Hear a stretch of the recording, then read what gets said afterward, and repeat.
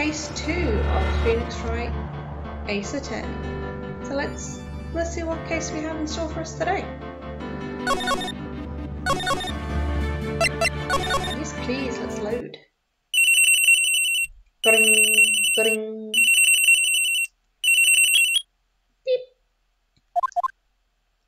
Hello, this is Maya. Hey Maya, it's me.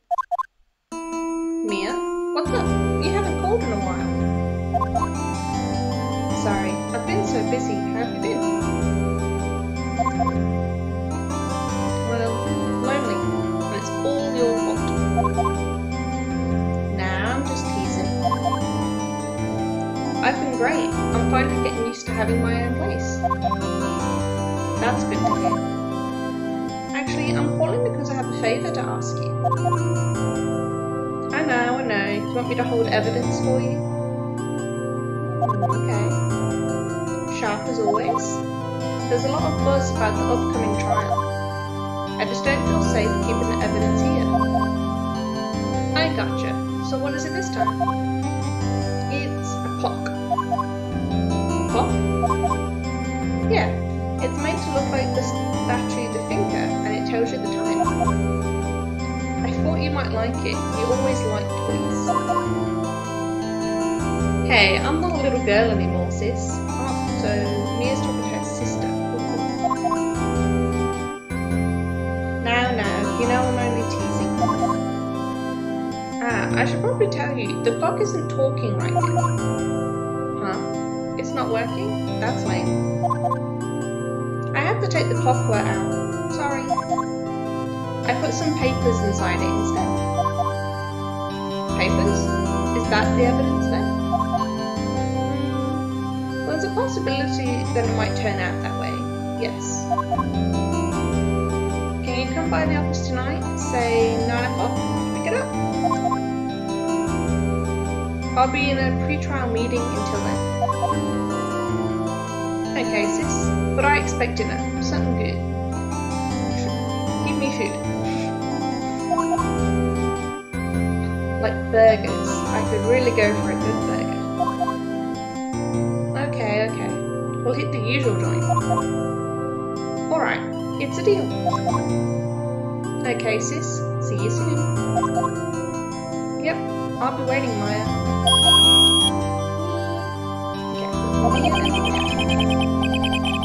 Conversation recorded September 5th, 9:27 AM.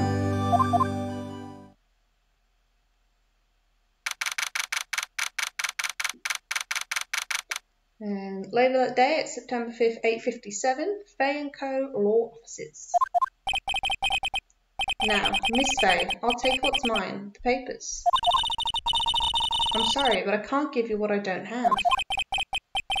Miss Fay, you are a poor liar. Why, I see it right over there. That must be the thinker that swallowed those papers. How could you know? Oh, you are not conspicuous of my background. Gathering information is my business, you see. I should have been more careful. Oh. My dear Miss Fay, I am so very sorry. But I am afraid I must ask you for one more thing. Your eternal silence. Farewell, Miss Fay.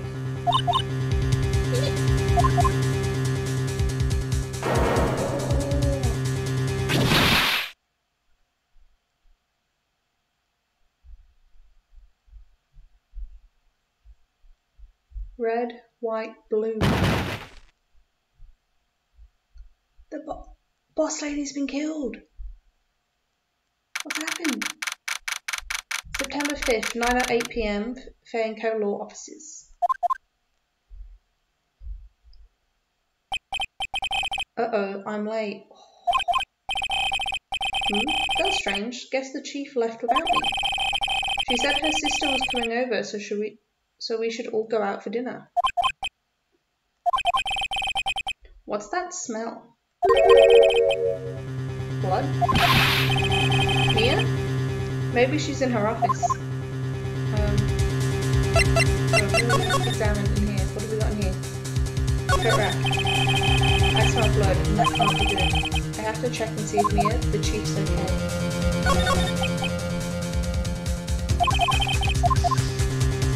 Is that all we're saying? Okay. Let's go in.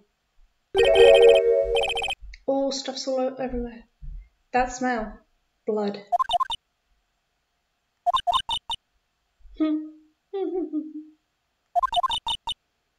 What's this? Someone's there.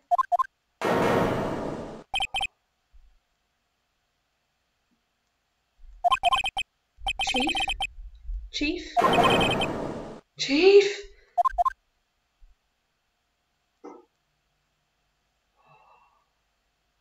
Oh no, look at the place. Who are you?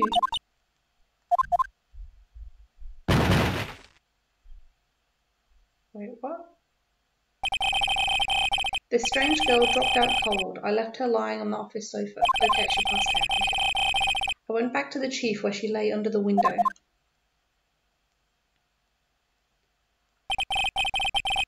Her body was still warm. I could feel it when I held her shoulder. Then all too quickly, it began to fade. Until finally, she was cold.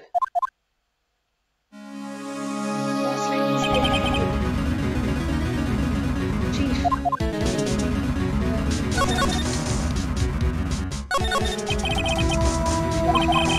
It's hard seeing her like this, but if there are any clues, she was struck on the head with a blunt object. She probably died instantly. The finger lying next to her must have been the murder weapon. Made by an ambulance. Okay, so this is the murder weapon. There are some glass shards near the chief's body. Must be pieces of the glass. The glass light stand lying broken in the back of the room. Broken beyond all recognition. Oh, no fixing that. Nothing else that seems like a clue here. A piece of paper. It must have fallen from Mia's hand. What could it be? It just says Maya. A word is written in blood on this scrap of paper. Maya. Did Mia write this? This piece of paper is a receipt from a department store, dated yesterday.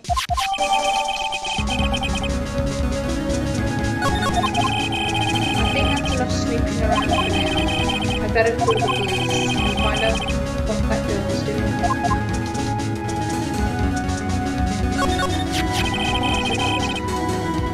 It's encrusted with dried blood. How ironic that this became the murder weapon again.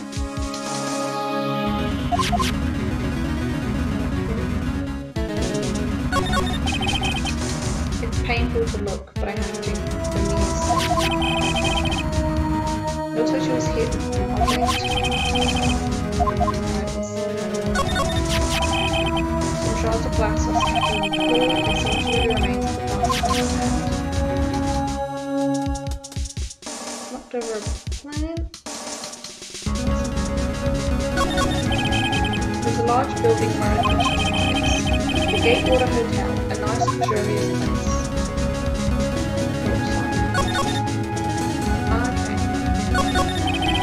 Surprisingly, the chief was never good with machines. About all she used this PC for was email. She picked up this ancient one like some garage sale for practically nothing.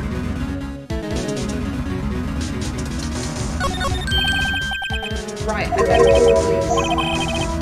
That's funny. A few of the screws in the receiver are missing. Looks like someone was halfway through taking it. Police! Please come quick! What was that? Someone screaming from outside the window. She's staring right at me. She's holding a phone in her hand.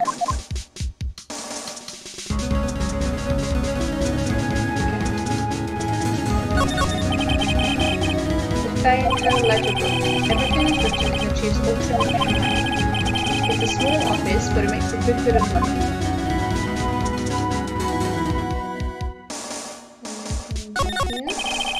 All the chief's important documents are packed in here. This is where she filed her case records and recent rulings. Okay, let's go check out the girl. That girl just now. Where did she go? Oh, she's on the sofa. She ran. I put her right there on that sofa. Uh-oh. I hope she didn't run on me. There she is. Yips! You got the yips. Don't scare me like that. Excuse me, but who are you? It's okay, I work here. Maya. Oh, so this is this. Yeah, this is definitely the sister. Maya Faye. Maya. So Mia was writing this girl's name. Maybe I should show her the receipt. I never thought there'd be a use for evidence like this outside of me. Can I talk to her first? Or what happened? She seems to be in shock. I don't want to disturb her, but I have to know. Excuse me? Can you tell me what happened? Came in, the room was dark. And this. So she was already dead. So you're the chief's sister. I'm her younger sister. And you were here visiting? This late at night? Yes, she said she wanted me to keep some evidence for her. Evidence? Yes. It was that clock. It was the thinker.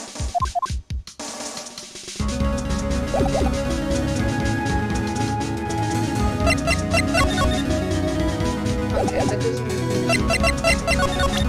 show her. Before Mia died, she wrote a message with her own blood. She wrote it on the back of this receipt. Oh, she's definitely stunned. That's my name. Why would she write my name? Please just calm down. Why would sis write my name? Uh-oh, now I've done it.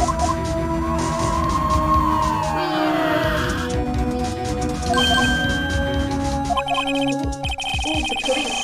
Sounds like they're coming this way. Freeze! Police!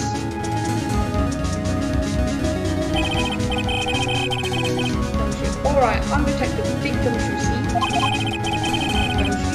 One nothing. We received a report from the building across the way, see? Got a person saying they saw a murderer? Also, she was called up on us, okay. It must have been that woman I saw. Anyway, I don't want either of you moving 1 inch, okay? Great, just great. Maya, wait, she wouldn't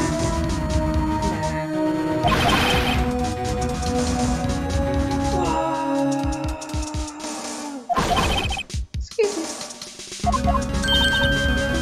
Eek. This word Maya, can it mean anything to you?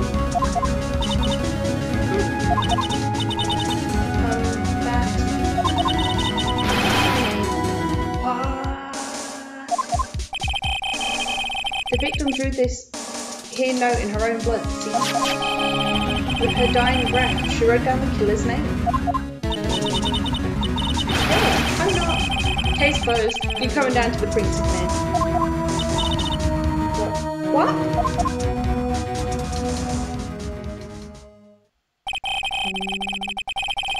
Mia's younger sister Maya was arrested on the spot. I was taken in for questioning and didn't get out until the next morning. My eyes were heavy, but I couldn't sleep. I sat around waiting for the visiting hours to begin at the detention center. I had to talk to Maya as soon as possible.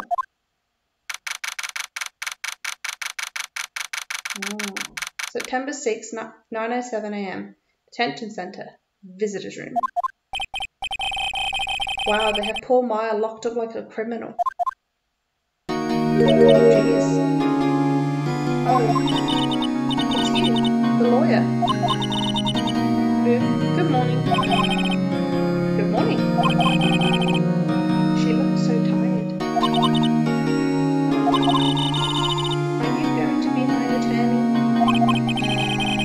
Well, that's what I wanted to talk to you about. Who'll be her attorney? First things first, I better get her cheered up. Yeah, of course I will. Cheer up. Really?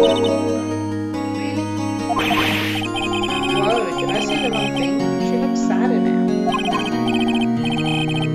Well, what's wrong? You don't think I can do it? No, I'm good. Who would believe me? Even you, when you found me in the office.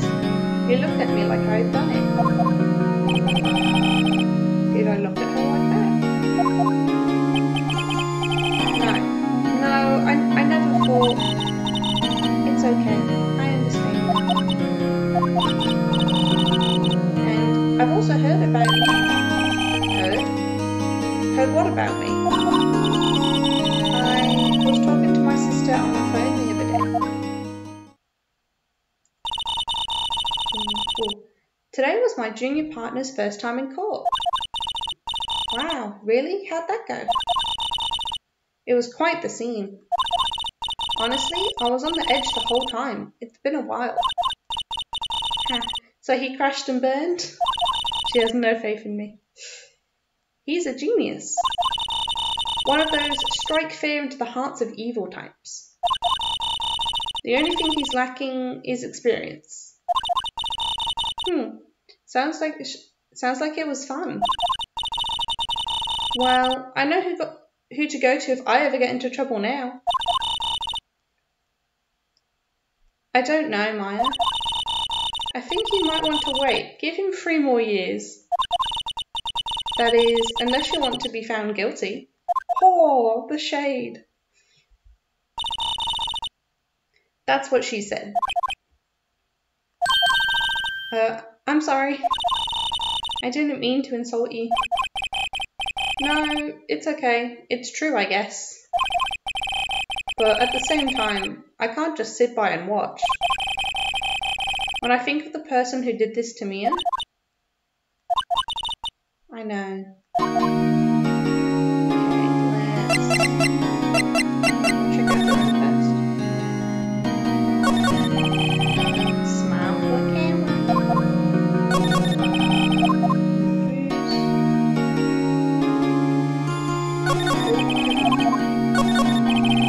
This guard monitors the visitors room. He hasn't moved an inch. A real pro, this guy. Okay.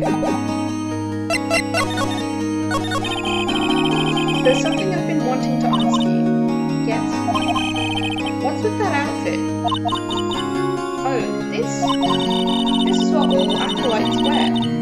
It's my uniform, you would say. She's an acolyte, okay. Acolyte? Like people in religious training? What is it you do? Oh, it's nothing strange, really. I'm a spirit medium in training. Definitely isn't the first point of call I'd go to for religious training, for sure. A spirit medium? I'm pretty sure that qualifies as strange. Okay.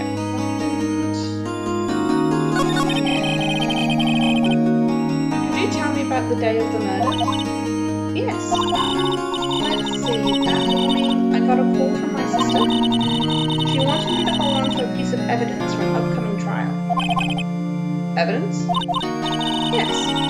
That clock shaped like the finger. The one Larry made. How could that have been evidence in a case? Right, she said something about that. Miranda? Do you want to hear it in her own voice? Her own voice? Yes. I'm pretty sure our conversation is on my cell phone. You recorded it? Yeah, I forgot how to delete those things. Okay. So, you see how the conversation with your sister on your cell phone? Let's hear it. Right. Oh, I just remembered. That detective took my cell phone. Sorry. Oh, right. Of course. Next time I see Detective Gumshoe, I'll ask him for it. I'll write you a note so you don't forget, okay? Sure, thanks. Myers, a conversation I had with my sister was recorded on my cell phone. Anything else for the day? Could you tell me about the day of the murder? Sorry, I know it must be hard. No, it's okay. All I've been doing for the last few hours is talking about it. I've kind of gotten used to it. Let's see, that morning I got a call from my sister. She wanted me to hold on to a piece of evidence from an upcoming trial. That's the finger clock that Larry made. It practically qualifies as a serial murderer by now. Or, I mean, technically, yeah. So then, when did you arrive at the office? It was right around 9. The lights were off and I could smell blood. Then I found her, my sister. Thanks, Maya. That's all I need to hear for now. Spirit mediums. So you're an acolyte, a medium in training? That's right. The Fae family, especially the women, have always been very sensitive to the spirit world. Wait a second, you said the Fae family. So Mia was into this stuff too? Of course. She left the mountain to follow her career, she said. Her powers were first class too. I had no idea. Wait. What?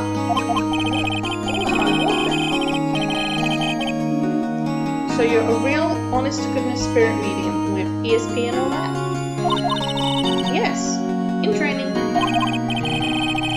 Well, can't you contact me as spirit then? You can just ask her who killed her.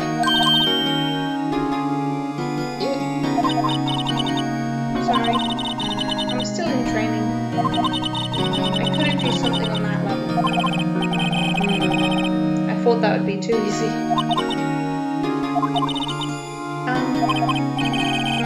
Something the matter? I was wondering, could I ask you a favour? This is the address of a famous lawyer. My sister gave me this a long time ago. She said if I was ever in trouble, I should call him. And well, I'm in trouble. Do you think you could go ask him to represent me?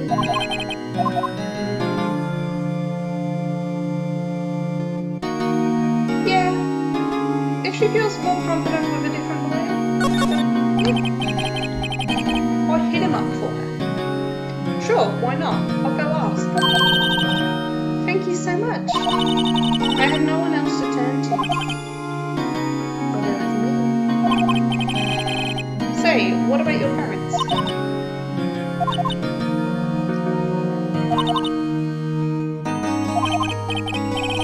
I see. Don't worry, leave it to me. The trial's tomorrow at 10 o'clock. What? Tomorrow? Tomorrow. What if this guy refuses? They told me that if I don't find one, the state will pick an attorney to defend me. When will that happen? They're giving me until 4 o'clock this afternoon. And visiting hours are almost up. I better hurry. Right, I'll be back. Okay, let's go to the office. Oh, we have a gross purpose. Oh, we don't have it yet. Home base. September 6. The office is filled with police officers. They're all busily searching for clues. Hey, you there. This is a crime scene, pal. No trespassing. Sorry. Don't I know you from somewhere? Wait, you're that Butts guy, aren't you? No, Felix Wright. How could anyone mistake me for Larry? Ah, guess I got the name wrong. Mr. Wright. Sorry about that. That Butts guy, he was a killer. And you're no killer, right? He was proven innocent. Right. And you were... Suede shoes. Detective Gumshoe. Gumshoe, wasn't it? Dick Gumshoe. Right. At your service. Hang on, that's Detective Gumshoe to you, pal. Anyway. Jeez. Get the name right. And don't go calling me... Headache, get over here. Yes, sir. Be right there. Oh. You're her lawyer, right, pal? If you got business here, you'd better do it quick. Ooh, he thinks I'm Maya's lawyer.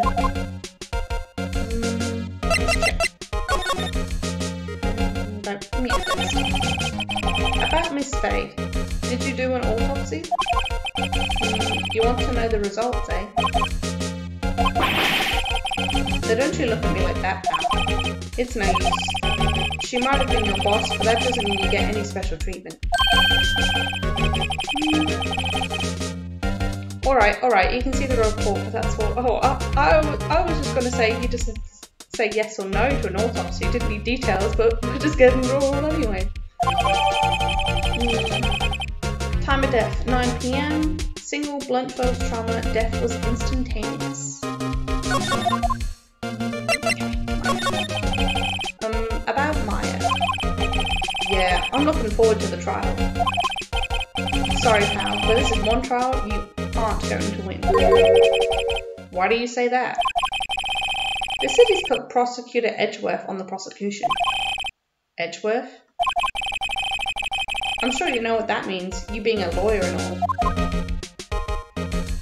What do you mean? Prosecutor Edgeworth? That's right, pal. Mr. Miles Edgeworth himself. Wait, you do know him, don't you? Probably best to say we do. I know him. He's a big prosecutor. He doesn't feel pain. He doesn't feel remorse. He's a robot. He won't stop until he gets his guilty verdict. Don't talk about him that way. You make him barely sound human. Still, I'm afraid this pretty much decides the case. So Edgeworth is on this one. He hasn't lost a case since he became a prosecutor at the incredibly young age of 20. Of course, there are rumours of back alley deals and forged evidence. Ooh, so he's a bit shady. All I know for sure is that Edgeworth hates crime with an almost abnormal passion. I never imagined I'd be facing him so soon. I mean, yeah, case 2, technically. We need Miles' phone. Yeah. I was wondering, did you see Maya Faye's cell phone? It's got a pink phone strap, that's cute. Oh, that? I have that. Do you think you can give it back? Sure. I mean, wait a second then. Tricky lawyer. Uh-oh, he's on to me. Tell him straight or not so straight?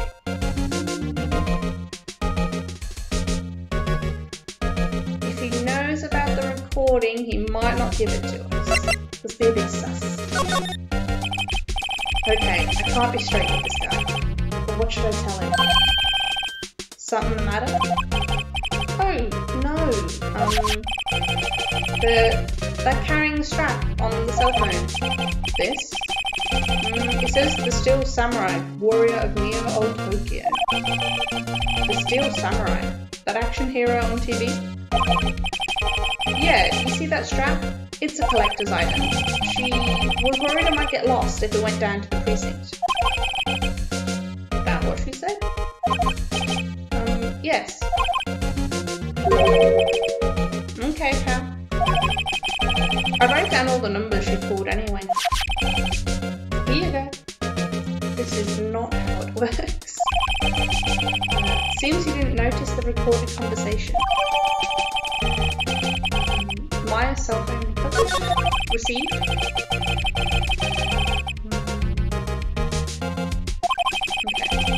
Guess I've asked all the questions I need to. You all done, pal? Yes, thank you. I'll be heading out now. Oh, wait. One more thing I wanted to mention to you. I don't suppose you're planning on talking to that witness? Anyway, you'd better not. No influencing the witness with your lawyerly ways, pal. Come to think of it, I had completely forgotten about it. Oh, that pink, how can you forget? She'll stand out. The witness? Yeah, Miss April May. I'm sorry about this, but I can't tell you anything about her. Well, you just told me her name, Miss May, huh? So you've sent her home already then? You're trying your loyalty tricks on me now. She's not to go outside her room until the trial. So she's still in the hotel across the way. I guess I should know better than to try to get a detective to leave information. Got that right, pal. Time to pay a visit to Miss May. Oh, I don't want to present. Hold on, let's see if we can listen to that recording.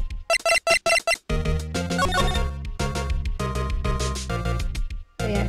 Yeah, what's that bit of a corner well? Oh yeah, so this is what this is what the case opened onto. Cool.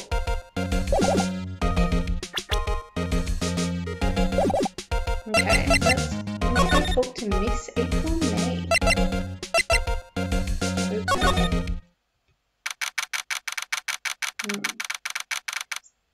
Hotel room 303. Well, hello there, handsome. Hi. Smooth, right? Real smooth. You're the lawyer, aren't you? The detective told me. He said, don't say nothing to that lawyer, pal. Now let yourself. Thank Detective Gumshoe for making my job harder. Gee, this is all like something out of a movie.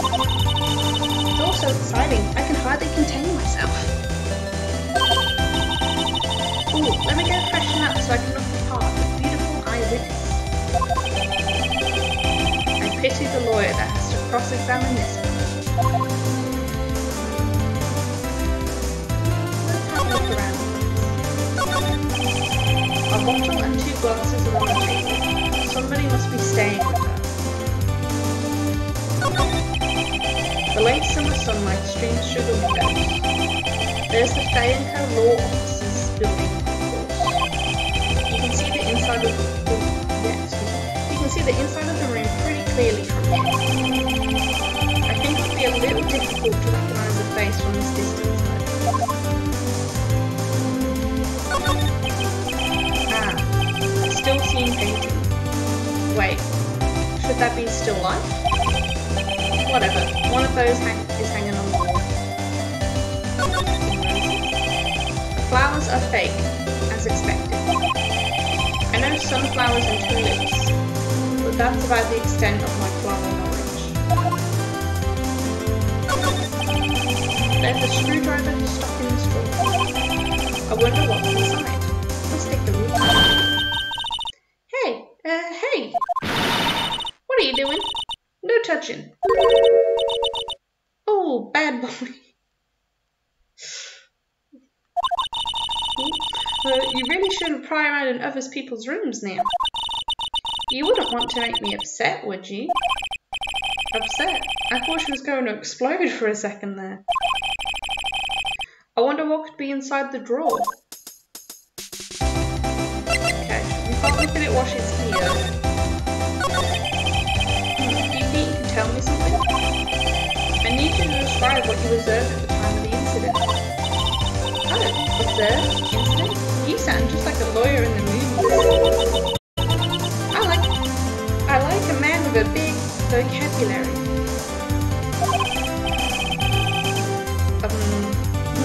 Better not encourage her. You know that thing that happened the other day? The bad thing? What did you see when it happened? I don't suppose you would tell me about it. Pretty please?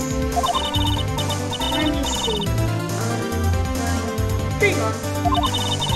If you want to know, you'll just have to come to court tomorrow, Mr. Lawyer. Oh boy. Okay, tell us about yourself. Could you just who exactly are you? Oh, Mr. Lawyer, are you hitting on me? Oh my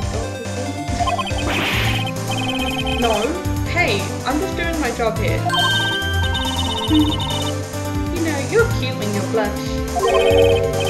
Believe me, this is the first time in my life I've blushed this much. Right. Can you just tell me what it is you do? No. And you had your little hopes up, didn't you? Oh boy. I see there are 2 glasses on the table. Is someone staying here with you? Oh, what amazing powers of observation. You must be one of those famous detectives, like on television. Oh, no, not me. I'm just a lawyer. Say, Mr. Big Detective, why don't you go look for clues in the garbage? Miss May doesn't like nosy little lawyers. Oh boy. Yeah, she's this little character. Okay, well... yeah, we'll go check out the law.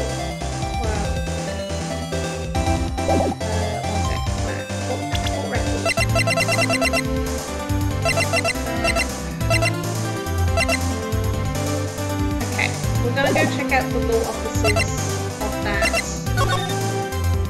lawyer that Maya wants. I'm guessing it's Grossberg? Seems like Mr. Grossberg is out. Well, maybe I should just wait for him to come back. Oh, that hurt my throat. There we go.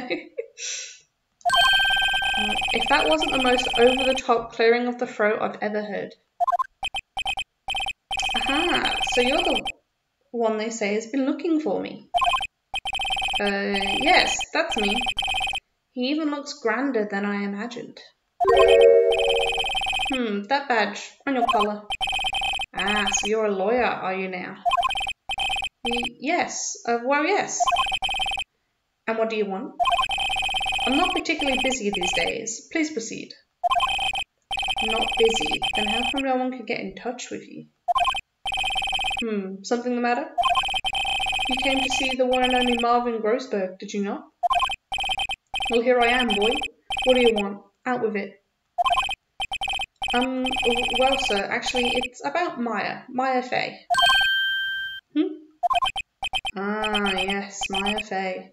Go on. Why the strange reaction? Cha-cha. I'm really quite busy here, son. I can't go taking cases on a day's notice. No, it's quite impossible. Wait a second. How did you know the trial was tomorrow? Oh, good point. Anyway, I'm afraid it's entirely impossible for me to represent her. Sorry, end of discussion. What's going on? He refused me before I even got a chance to ask him. What do I tell Maya? Okay, You've got to have some stuff for us. How can you just refuse like that? Please tell me why you won't take the case. Well, you see, it's just, I'm busy, you see. But the client is Mia Fey's sister. Mia trusted you. She knew her sister would be in good hands. Yes, of course, I know that. However, I'm sorry, but I must refuse. Sorry, goodbye. Creep. Fine. I don't have time to argue with you anyway. I'll go look elsewhere. Think not. Did you say something? I think not, I said. What do you mean? I'm terribly, terribly sorry. But I'm afraid that no lawyer worth their salt will take on this particular case. Terribly sorry, my boy. Why? I cannot say. I beg your pardon, but could you leave now? I've nothing more to discuss with you. What's going on here? Talk to me about Mia.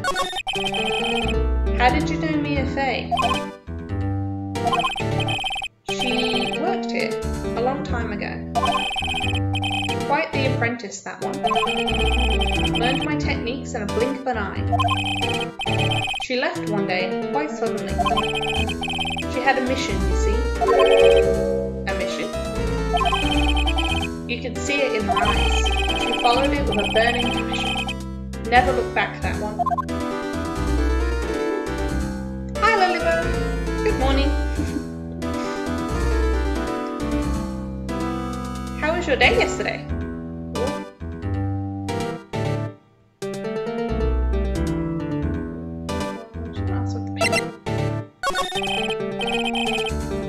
That's quite a painting. Aha, you noticed. It's my pride and joy. Impressive, isn't it? Well, isn't it? The colour of the sky, the hue of the sea, the weave of the straw hat. It's worth at least 3 million. I have no intention of parting with it, of course. Oh, you had a good day yesterday, Lilybird. Oh, that's good to hear. No, I won't sell it. Not even to you. Oh, Lilybird, you studied on streamers. Nice. That's a pretty chill day. I like that. Yours? Yeah, not bad. Just work. Had work. Fell asleep and took a nap, so I was a bit late in the stream today. My bad. Now we're playing. I wasn't interested. It's not for sale. I'm not buying. Jeez.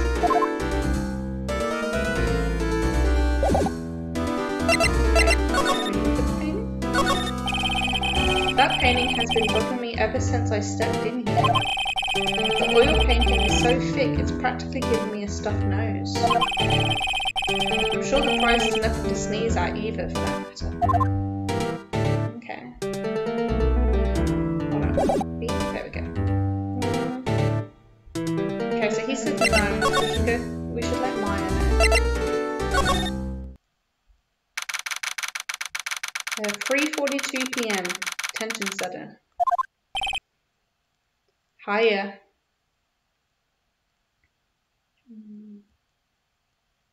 Sorry, excuse me. Yeah. Oh, you think you're ready for your interview now? Oh, that's good. Oh, yeah, that's... wait, it's Tuesday. That's tomorrow, yeah.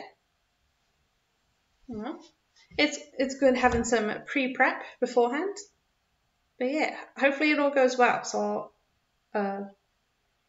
well, you probably wouldn't find the response out by Friday, would you? Or is it like one of those on the spot hire ones?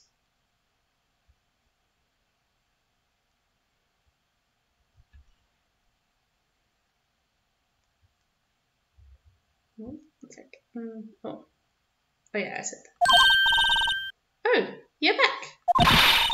Did you find the lawyer? Well, what do I tell her? Excuse me. Lilbo, yeah, I'm hoping that I hear back from the recruiter today. Oh, I have no... Oh, it's a virtual one. Oh, that's cool. Also just over, like, Zoom or something. Oh, yeah, that's cool. And a team hire interview. Oh, so it's oh, so it's like a group one. So other people gunning for the position are there as well. Okay. Oh.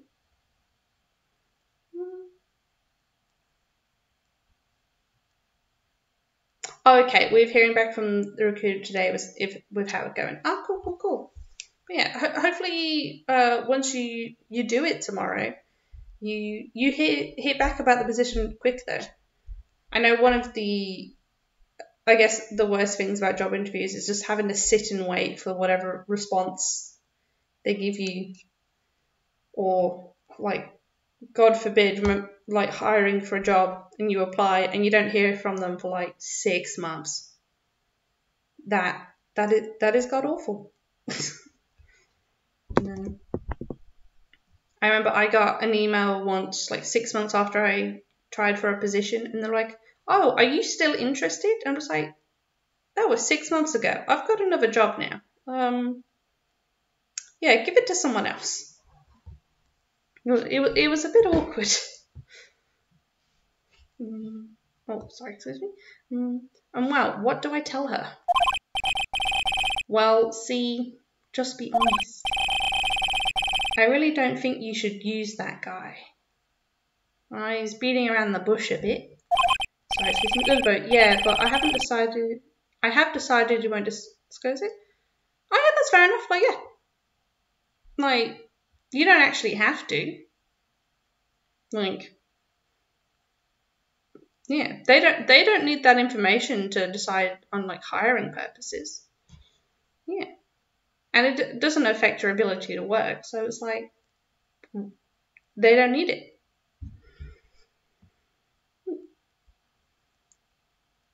Oh, sorry. Itchy nose, forgive me. Okay. I would just say I have reliable transport, aka walking. Yep. But I do need to clarify the car thing. Oh, so did you find out if it has got those delivery roles? Yeah, whether it's... Yeah, did you find out if one of the tasks is driving stuff around?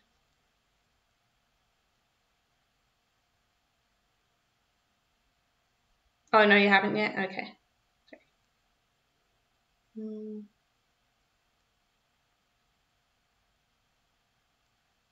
Oh, sorry, I misunderstood when I read that. My bad. Sorry, you meant clarify with them about the car thing. Cool. Sorry about that. I thought you meant you had to clarify with them about the car. About you having it or not, but all cool. My bad, sorry. My brain is fried today. Forgive me. Oh, sorry. He didn't seem healthy. He was all skin and bones. What really happened? You don't mean he refused to help? She saw right through me? Oh, sorry, Lilbo, I feel like that's none of their business. If I drive them, I can walk there. Yeah, exactly. It is none of their business. Yeah, they just want to test to see whether you're reliable in getting to work. And most people think cars are the most convenient way to do that these days. But, if I need a driver, they should have said that in the application. Yeah, definitely. Like, if they should have that people with a driver's license should apply, which should theoretically call out the people who don't drive. And even then, they should state what in particular you would need the driver's license for, be it driving a company car to make deliveries, or whether you'd have to do it within your own car. So, excuse me, people just assume everyone drives. Yeah, most people do, but I'm pretty sure they still need to put it in the job application when there is roles that require a car. Although I do say that's how it is in Australia. Every job position will put a prerequisite being that you have a driver's license, and some places will ask whether you have a car or not. That matches with that, or they won't ask if you have a car. So I'm not too sure how that works in America, I'm afraid, whether they have to state that or not. But yeah, it never asks if I have a driver's license. So unfortunately, with it being America, I can't. Yeah, I don't know whether job positions are required to ask for that if it's needed in the role, or it's one that you just have to find out later on. But like I'm hoping it's the same, and because they didn't ask for it, it's not required, because then you'll be all good to go. But yeah, sorry, I'm not able to confirm with that one, I'm afraid.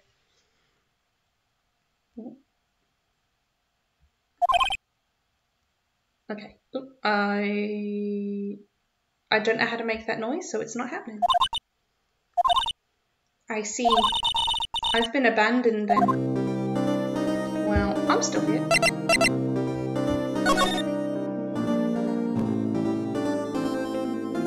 Well, that one says it's all done. What about your family? I only had my sister. My father died when I was very young, and I don't know where my mother is. Don't know. So she could still be alive. Sorry, excuse me, Lilibot, if I did not apply for oh, sorry, if I did not apply for birth certificate, so oh yeah, that.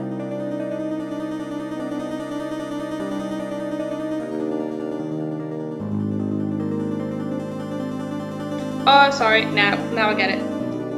Forgive me. You meant if it does need the car roll, you've at least got the birth certificate job to hear from as well. So yeah.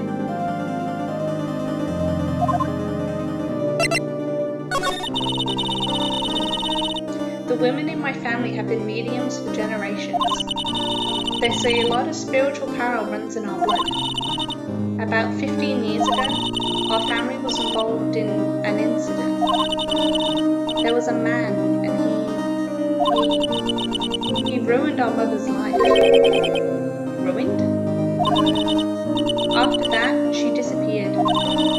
Several years after that, my sister announced she would become a lawyer, and she left the mountain.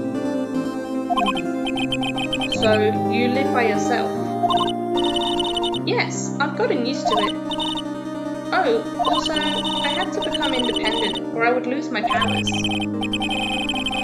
I feel bad for her, all by herself on that mountain. I don't see how being independent or not would make you lose your spiritual ability, but okay. Oh, no worries.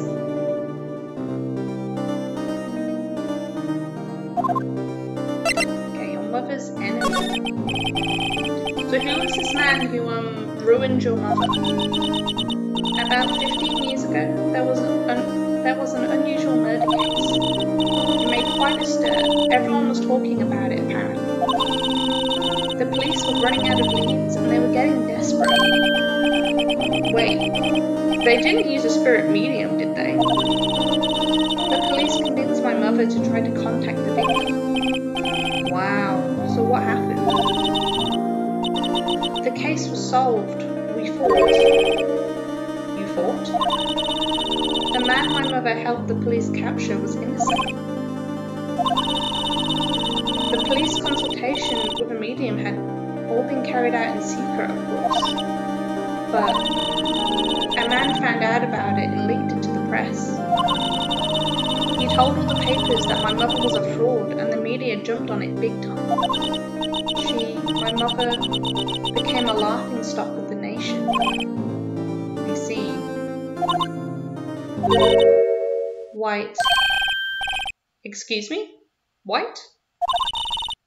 That was his name. My sister told me. White. Just a little longer now before the state-approved appointed lawyer comes, I guess. Looking on the bright side. 4 p.m. Time's up. What should I do? Do I just leave her and go home? No, we'll take the job. We said we would initially. I've made up my mind. I'm going to defend you whether you want me to or not. Oh, that's not quite how it works. Why? Why? Well, someone else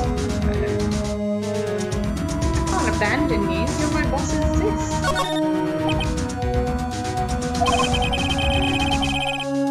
No one is as sad as a person without any friends.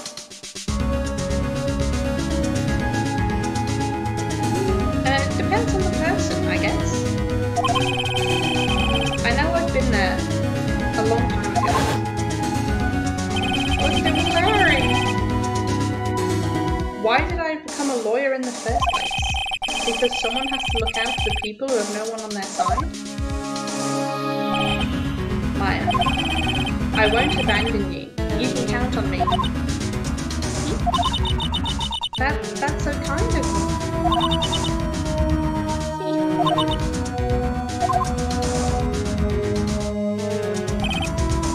Well, let's fight this one and get you out of here. Right, thank you. Ooh, she smiled at last. She looks like an entirely different person. One last question. You are innocent, right? Yes. And I trust you. So you trust me too, okay? It's a deal.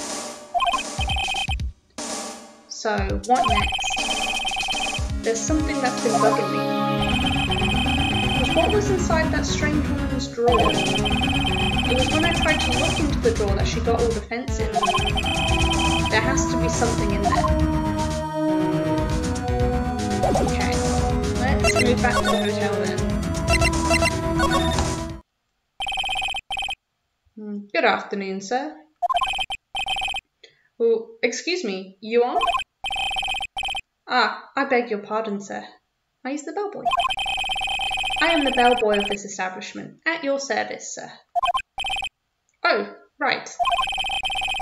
I've just come up to deliver room service, sir. Do you know where Miss May might be? I believe our guest Miss May is currently using the facilities. If you're in no need of anything, I'll be taking my leave. Please, stay as long as you like. Enjoy. Yeah. Wait, no. Hey. Why does it seem like every time I come here, I end up embarrassing myself? Wait, now's my chance to snoop around a bit. Ah, I almost forgot. Yeah, you came back quick. Might I ask you to inform Miss May that there is a message for her? Please tell her that Mr. White of Blue Corp phoned. Ooh, Mr. White. He's making an appearance pretty quick. Oh, right, sure. Mr. White of Blue Corp? Where have I heard that name? Maya literally told us like 2 minutes ago, brah. White. That was his name. My sister told me. White was the name of the guy who ruined Mia and Maya's mother. Could it be a coincidence? I mean, true. Okay, let's look at this drawer. There's a screwdriver sticking out of that half-open drawer. Now's my chance to see what's inside. What do we have here? A wiretap? What would a woman like her be doing with a thing like this? Found in Miss May's hotel room. There is definitely something suspicious about this Miss May. Why would she have something like this in her hotel room? There's a story behind all this, I know it. Alright. I'll be using this bit of evidence in tomorrow's trial, that's for sure. For Maya's sake. I'll get to this woman's bottom. Wait, I mean, you know what I mean. Oh, bellboy, still there. Uh-oh, time to scram. I look forward to hand-going with you tomorrow, Miss May. In court.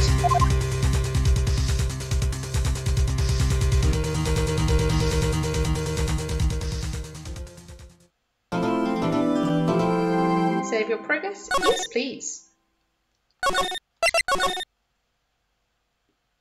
Day 2, trial.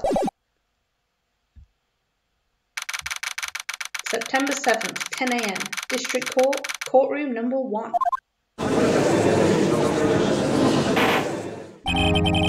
Stay in touch.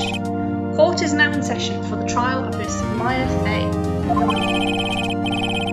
Ah, so this is Edgeworth. The prosecution is ready, Your Honour. The defence is ready, Your Honour. Miles Edgeworth. You better not show any signs of weakness today. He'll be on me in an instant. Mr. Edgeworth, please give the court your opening statement. Thank you, Your Honour. The defendant, Miss Maya Fay, was at the scene of the crime. The prosecution has evidence she committed this murder, and we have a witness who saw her do it. The prosecution sees no reason to doubt the facts of this case, Your Honour. I see. Thank you, Mr. Edgeworth. Let's begin now. If we may call our first witness, Your Honour, the prosecution calls the chief officer at the scene, Detective Gumshoe.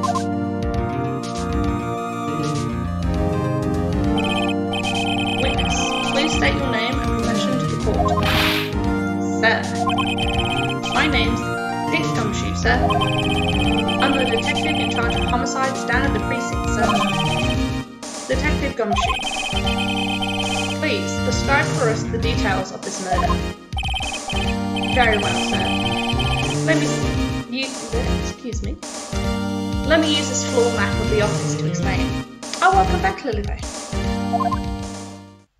We've just started the court trial. The body was found by this window here. It looks like a wine bottle. And the cause of death? Loss of blood due to being struck by a blunt object, sir. The murder weapon was a statue of the thinker, found next to the body, sir. It was heavy enough to be a deadly weapon, even in a girl's hand, sir. I mean, I don't see what her having girl's hands has got her to be it being heavy enough to be a deadly weapon. Excuse me. The court accepts the statue as evidence. They're still calling it a statue. Floor plans added to the record. Now, detective. Yes, sir? You immediately arrested Miss Maya Fay, who was found at the scene, correct? Can you tell me why? Yes, sir. I had hard evidence she did it, sir. Detective Gumshoe, please testify to the court about this hard evidence. Witness testimony. Maya Fay's arrest. Maya Fay's arrest. As soon as the phone call came in, I rushed to the scene. There were 2 people there already. The defendant, Miss Maya Fay, and the lawyer, Mr. Felix Wright. I immediately arrested Miss Maya Fay. Why? We had a witness account describing her.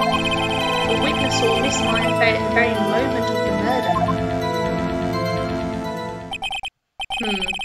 The very moment, you say? Very well. Mr. Wright, you may begin your cross-examination. Yes, Your Honour. Okay, cross-examine what? I couldn't see a single contradiction in that testimony. Whoosh. Smack. Hey, Maya just threw something at me. Was that what that was? What's this? Sorry, excuse me. Hey bro, I have to make sure I drink more water tonight or today. Yes, you gotta stay hydrated.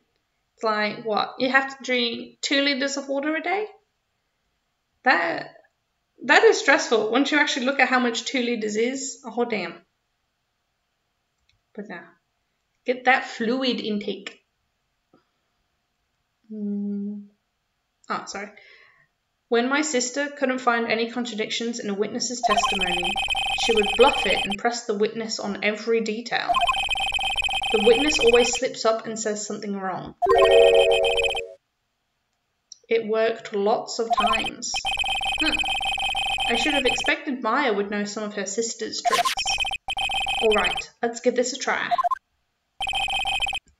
Something the matter? No, Your Honor. I'd like to begin my cross-examination. Oh, cross-examination time. Okay. As soon as the phone call came in, I rushed to the scene. There were 2 people there already. The defendant, Miss Maya Fay, and the lawyer, Mr. Felix Wright. I immediately arrested Miss Maya Fay. Why? We had a witness account describing her. What exactly? How did she describe her? Sorry. Press, that's what. Hold it! Hold on just 1 second. Yeah? If I heard correctly, you said you arrested her because you had hard evidence she did it, correct? Did I say that? Me? That is what you said. Excuse me, it's hot today. Wait, oh no! Exactly what about this suspicious woman in pink's claim was hard evidence? Sorry, that went by way too quick. I didn't press any buttons. Oh, wait, can I backtrack on that? No. Oh, plastic.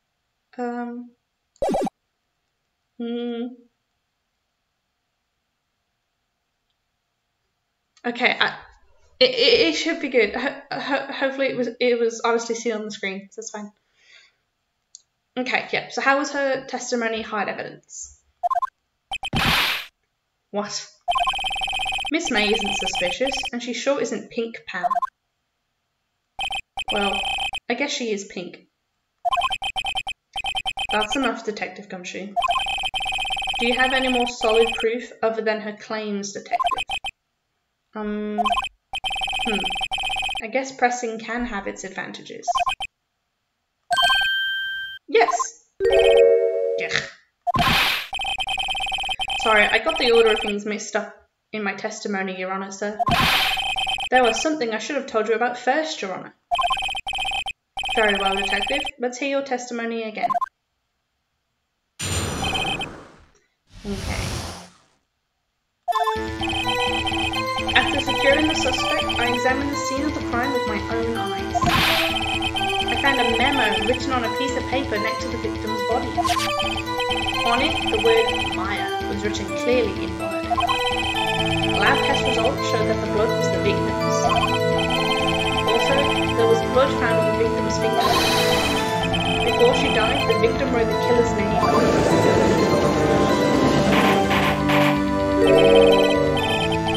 How you like that? That's my hard evidence.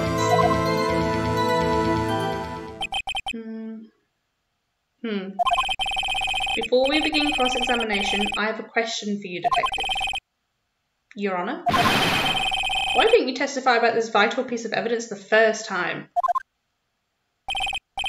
I know. I'm real embarrassed. I forgot about it, Your Honour, sir. You forgot about his core evidence.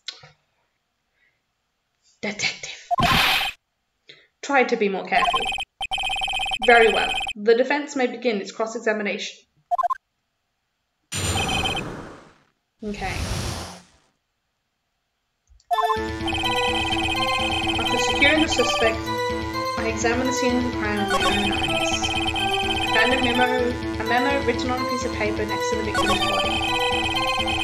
On it, the word Maya was written clearly. Lab test showed it was her blood and the victim's finger. Before she died, the victim wrote the killer's name.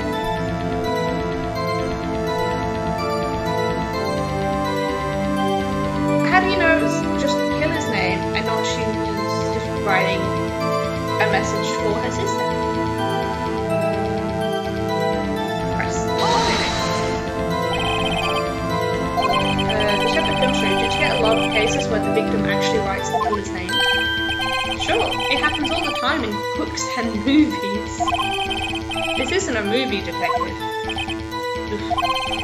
Let's talk about reality, shall we? I guess. I haven't heard of many cases, no. Don't you find it a little odd that the victim would write down a name? Especially the name of her own sister? Yeah, actually, you got a point now. Stop right there. The witness's opinion on the matter is irrelevant. The facts are clear. The victim wrote down the name of the accused. The victim told us the name of the killer.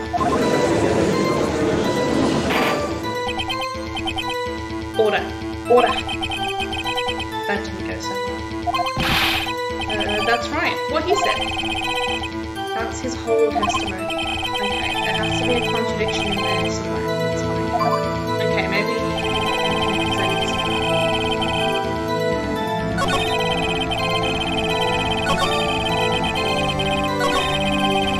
shuffling along so I can get back to that point. There we go. What do we have? My badge, report.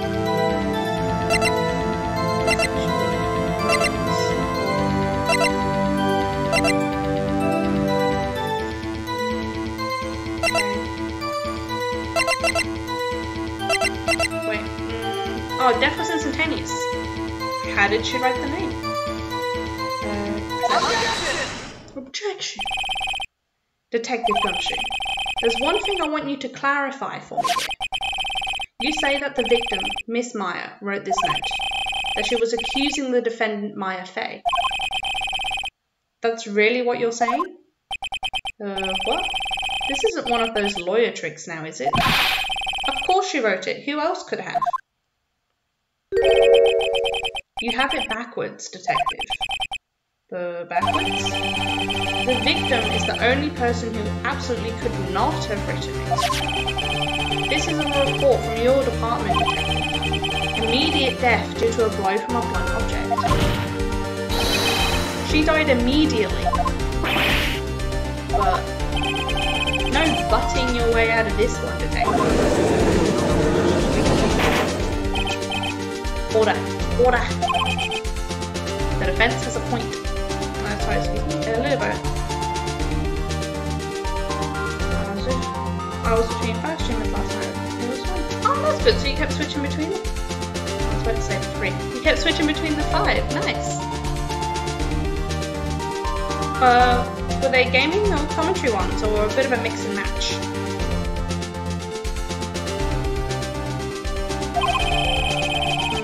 Sorry. Someone who died immediately wouldn't have had time to write anything down. Mr. Wright, I beg your pardon, but when exactly did you obtain that autopsy report? When?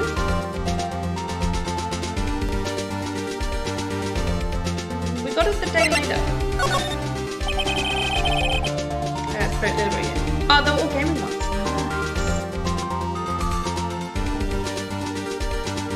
Nice. What sort of games were they playing?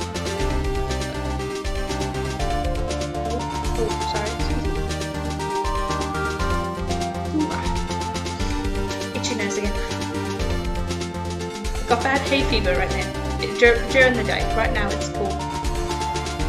Okay, Kim's right. It was the day after the murder. The prosecution's point being... that autopsy report is outdated, Your Honour. What? A second autopsy was performed yesterday, at my request.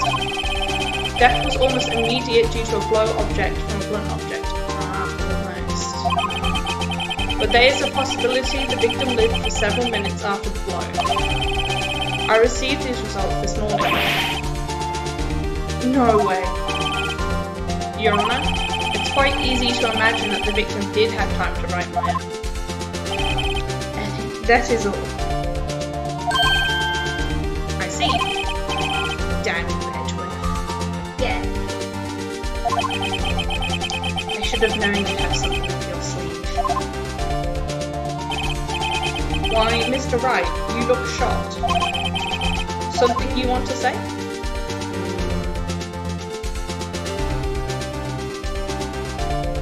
Obviously not going to say it to us. We'll go the detective, because if we say it's him, we'll probably have issues. Probably have issues with the judge. We'll just be claiming that our opponent is lying. It's like that's the whole point of this case.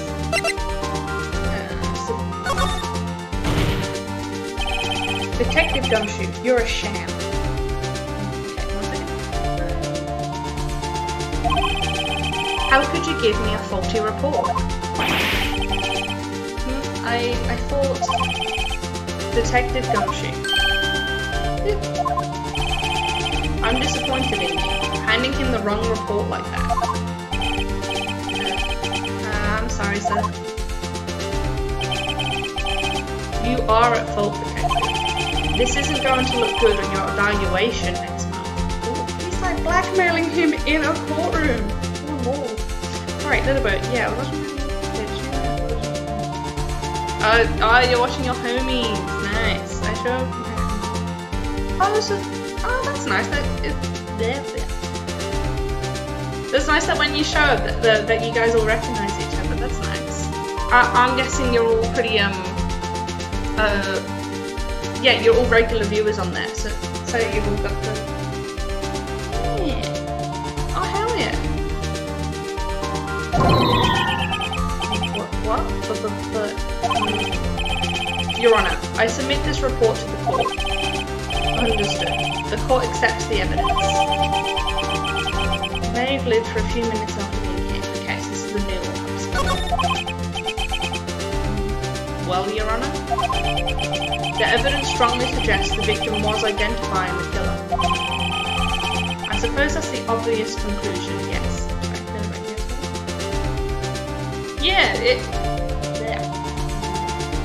Yeah, it does definitely sound great that, like, I know we can... Sorry, I can't speak. Nah, it's definitely great when you've got a streaming community where everyone knows each other, so you...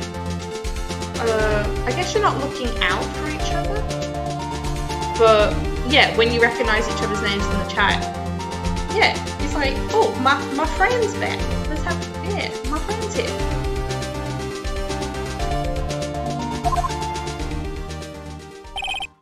Oh, sorry.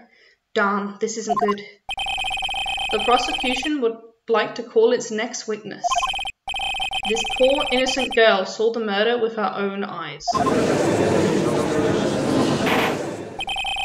Let the witness, Miss April May, take the stand. Exactly what part of her is innocent?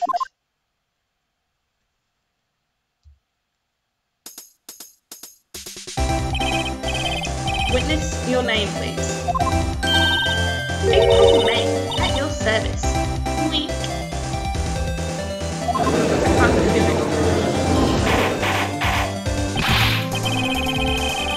There we go, sort of. Order. An introduction should not require any reaction from the crowd. The witness will refrain from wanton winking. Oh, yes, Your Honour. This is not good. She's already captured the heart of every man in this courtroom. Tell us, where were you on the night of September 5th, when the murder occurred? I was like, in my hotel room. I checked in right after lunch. And this hotel is directly across from Fay & Co. law offices? That's right. That's right, big boy. No, can do that straight face. Please testify to the court about what you saw.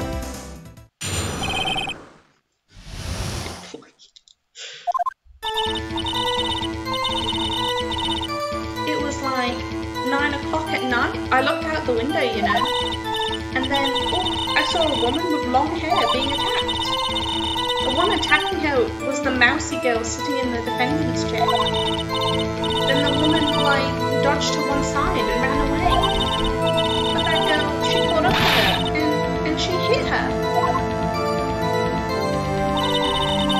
Then the woman with the long hair, she kind of slumped. The end. That's all I saw. Every little bitsy witsy. Wink.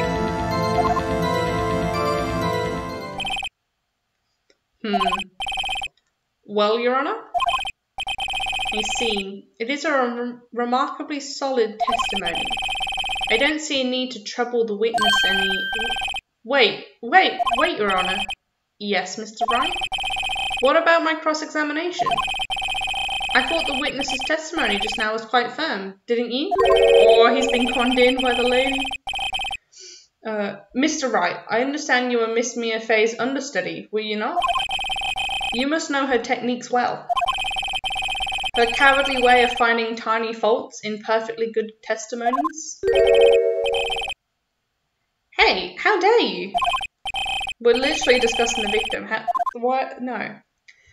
Well, Mr. Wright, will you cross-examine the witness? Oh, of course.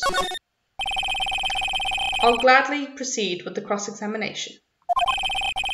If only because I have the feeling Edgeworth doesn't want me to. She has to have some weakness. Very well, you may begin your cross-examination. Okay. It was 9 at night, look at the window. Saw a woman with long hair. It was the mousy girl. Dodged to one side and ran away. Caught her and hit her.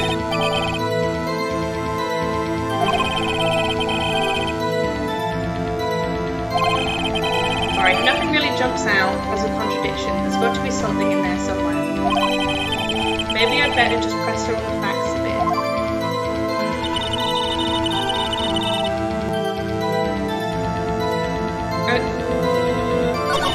Okay, it'd either be maybe along the lines of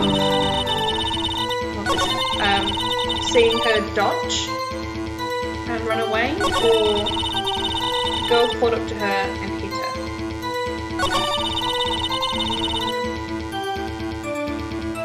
I mean, if she did see what happened, she could have seen the dodging.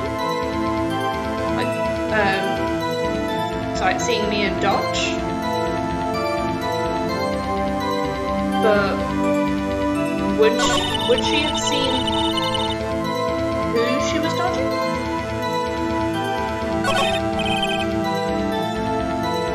That's it. Oh, sorry, I didn't mean to do that.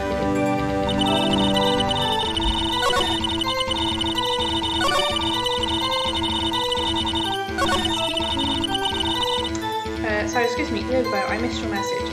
Yeah, I was telling them how I have a job interview and want to get PC, because you need the new laptop. And they were like, no, just streaming. Yeah, I'm too busy for that. But I mean, hey, I know you mentioned that you thought about streaming, but you weren't too confident in it. But if you ever do gain the confidence in it, I mean, they'd probably all check you out. So, at least you have a small community that would be there straight up.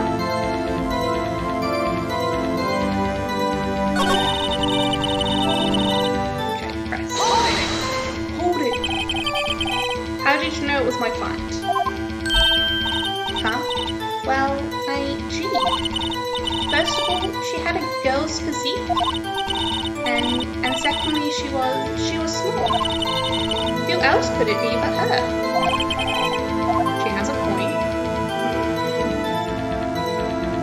But I'm sure many women can be considered woman physique and small. Sorry, I don't think it's a covenant issue. I'll be full-time work shoot and there's only 24 hours in a day. Yeah, you'll probably still be pretty busy. Sorry, I was just going off. I remember last time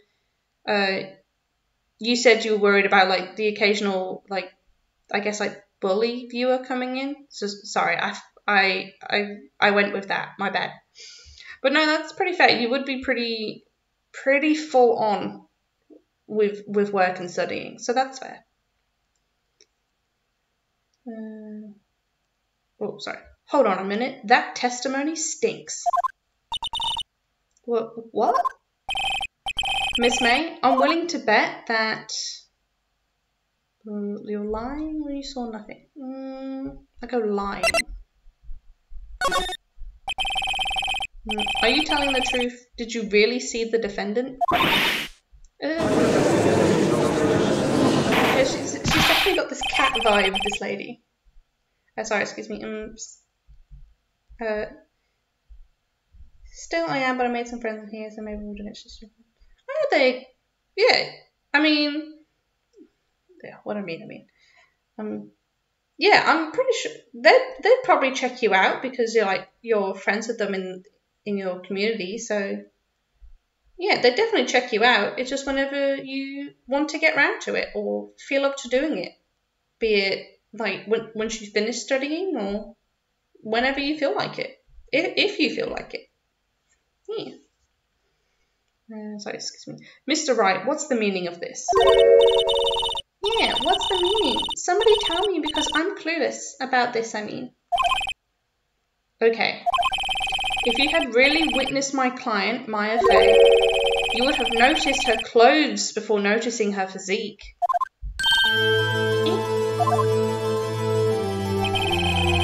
No one wears clothes like this on a daily basis, except her. And I'm no expert on fashion, but her hairdo looks far from normal to me. I guess it's a bit more like an old-fashioned, like shrine-related sort of hairstyle. However, the witness's testimony mentions neither of these things. The testimony is bogus. But still, we don't know if she was dressed that way the night of the murder. Yes, we do, because I was there. She was, Your Honor. I saw her. So did Detective Gumshoe. What do you say to that, Miss May? Rawr, what are you trying to say, you mean lawyer? I saw what I saw. I just didn't think all the trifling little details were necessary, darling. Miss May, the court would like to remind you to please omit nothing in your testimony. I'm sorry, Your Honor. I'll be a good girl, I promise. I hate this girl. At least I hate speaking. Your testimony again, if you would. Damn, I almost had her. Witness's account. I did see everything. I did. The victim, the woman, dodged the first attack and ran off to the right. Then the girl in the hippie clothes ran after her. And she hit her with that weapon. I saw it. I did. That clock, that kind of statuary clock, the thinker, I think. Well, does the accuracy of my report not startle you?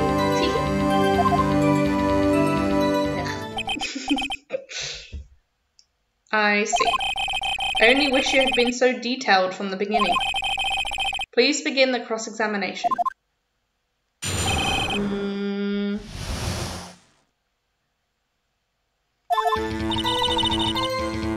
Okay, thinking. Victim dodged first attack round right. That stands up with last time. Girl in the hippie clothes ran after her. Hit her with a weapon.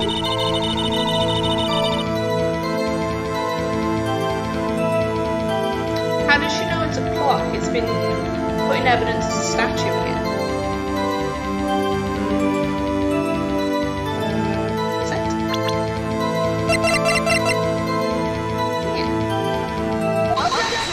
Objection! Miss May, What you said just now was quite revealing. Revealing? Oh, you'd like that, wouldn't you? Naughty Mr. Lawyer. You just said that this statue of the thinker was a clock. But there's no way of knowing that just by looking at it. Another person in much of the same position as you recently called this a clock too. And he was found guilty of murder. Order! Order! Miss May, can you explain how you know this is a clock?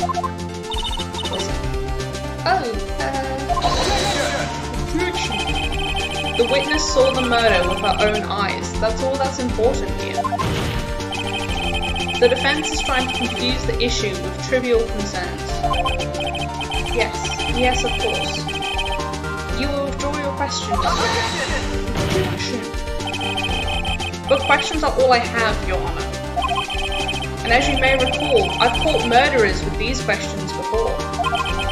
Well, only once.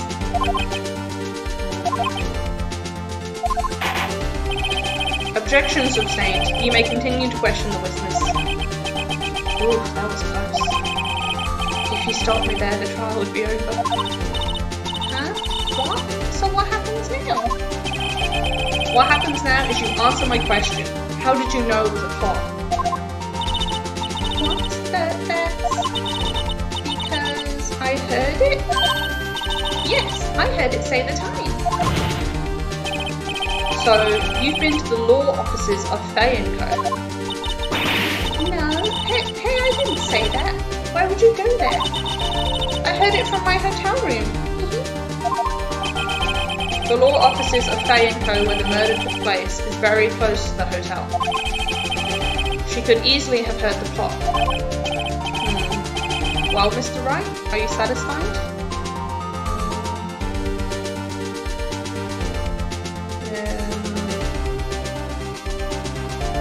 No, the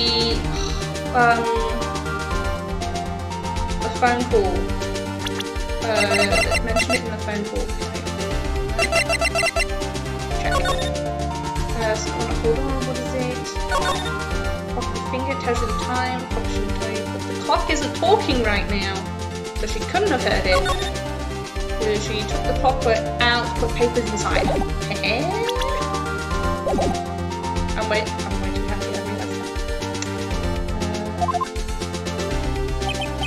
No, Your Honor. I can't give up now. I'm not satisfied because she couldn't have run. It couldn't have run or she couldn't have heard it. It couldn't have run. Your Honor, members of the court. It is inconceivable that the clock in question rang. The battery? It's empty? Yeah, took the clockwork in. That clock is missing its clockwork.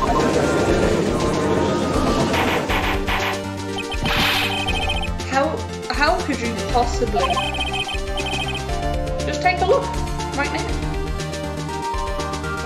Are you getting more coffee? Yeah, you're caffeinated. Oh. See anything interesting, Your Honor? It is as the defense says. This clock is missing its clockwork. It's quite empty. Mr. Wright, would you care to explain to the court the meaning of this? It is, as you can see, the clock was empty. It couldn't have rung. She couldn't have heard it. Therefore, this witness is a big, fat liar. Fat? Well, Miss May? Tisk, tisk. Quite a show you've put on for us, Mr. Wright. He knew the clock was empty, somehow. He knew.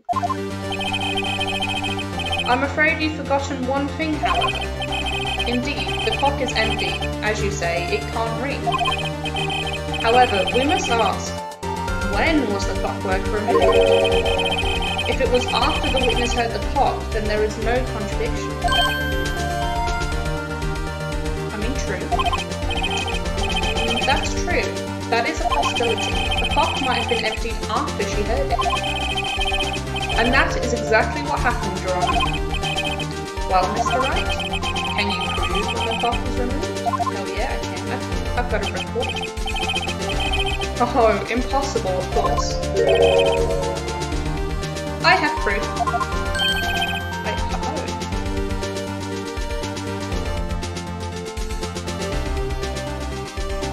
Yeah, he said ho-ho. That's what the murderer said in the opening.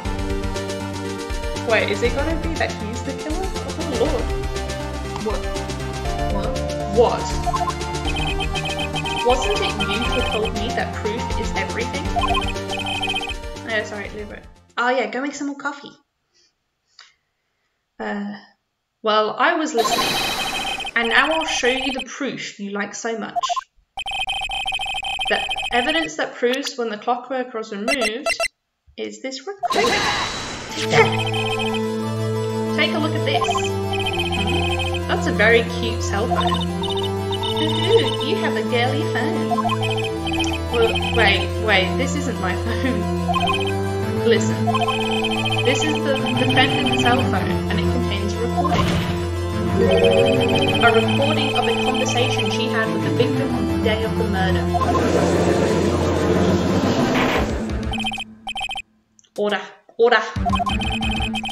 The defendant's cell phone. This wasn't brought to my attention. He's stressing. Perhaps Detective Gumshoe overlooked it. The good detective better remember he's up for evaluations. I gotta say, I'm starting to feel bad for the big fella. Let's hear the conversation. Beep. So, you just want me to hold on to the thinker for you then? If you could.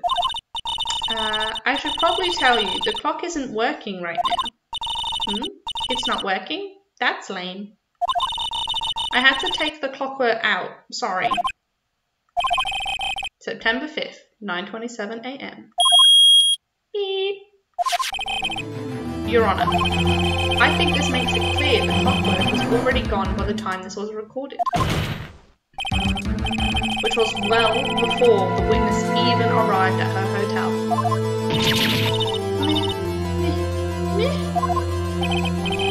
Well, Miss May, would you care to explain this to the court? Just how did you know that weapon was a clock? Well, isn't it obvious? I saw that clock before. What store was that again? I go to so many. It is not a store. Larry Butts made that. Oops, I forgot. Wink.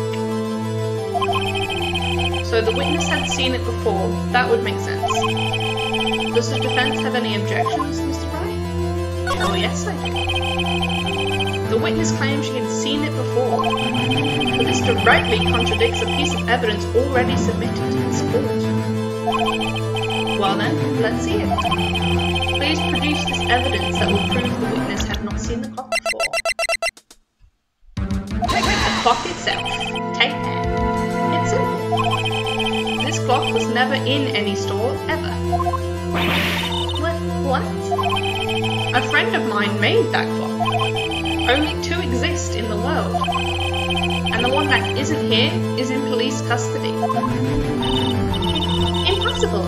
Everything is sold in stores. Miss May, I think it's high time you went shopping for a better excuse. Oh.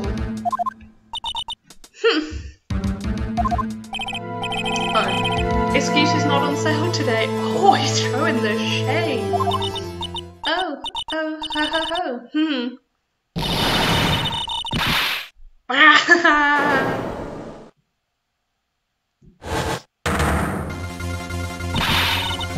Oh, she is pissed. What's it to you, porcupine head?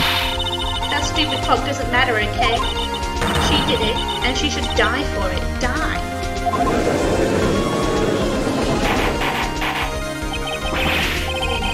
whoa, let's not get ahead of ourselves.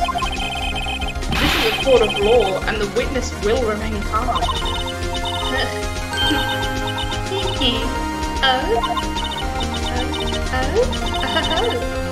Oh, she said something. Silly me.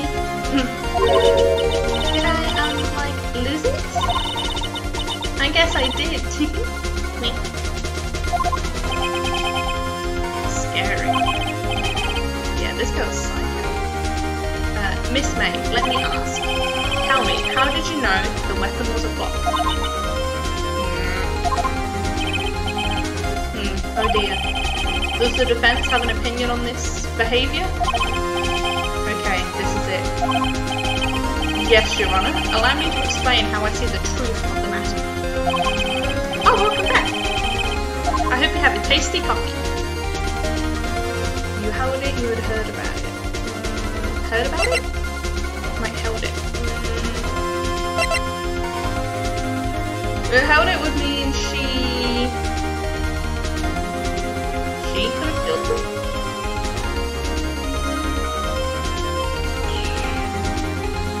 Wait, what have we got? Autopsy, phone, glass. I have a wiretap? She could have been listening in. Oh, 1 second, I also realised I never even checked my profiles. Victim, defendant Mia's little sister, spirit medium. She's 17. Also, it's a 10-year age gap. Local at the precinct, in charge of the legal investigation. Mark Roseberg, 64, a veteran defense attorney and Mia's mentor. April May, 23, an eyewitness to the events, testifies that she saw Mia commit the murder. Miles Edgeworth is 24, okay, a gifted prosecutor and a ruthless man who'd do anything to get a guilty verdict. Oh, so he's got his reputation in only 4 years still. Bellboy, age 26, bellboy at the Gatewater Hotel. Okay, you had heard it. And we can use the wiretap. The witness had never held the clock in her hand. However, she had heard that it was a clock. She heard? That is correct, Your Honor. Sorry, excuse me. However, I have a test to do today.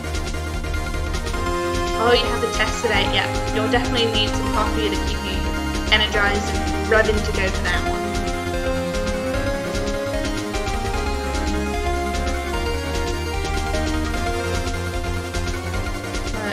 Sorry. Is that for one of these, the cybersecurity classes? For your certificate, I mean? There is no other way she could have known the thinker was a clock. And I can show you the proof. Well, this is interesting. Let's see it then. Show me evidence proving that the witness had heard the murder weapon's clock. Have a look at this. I found this in Miss May's record. Oh, this was shame. Mr. Wright, please explain to the court what this is. Oh, sorry. Yes, everything I Yeah, sorry, I just wanted to check whether it was, yeah, one of your past ones, or it was like a test for like a, what's it called? Your job interview on Wednesday. Sorry. I was just seeing if it was possibly one that had like a pre-check test.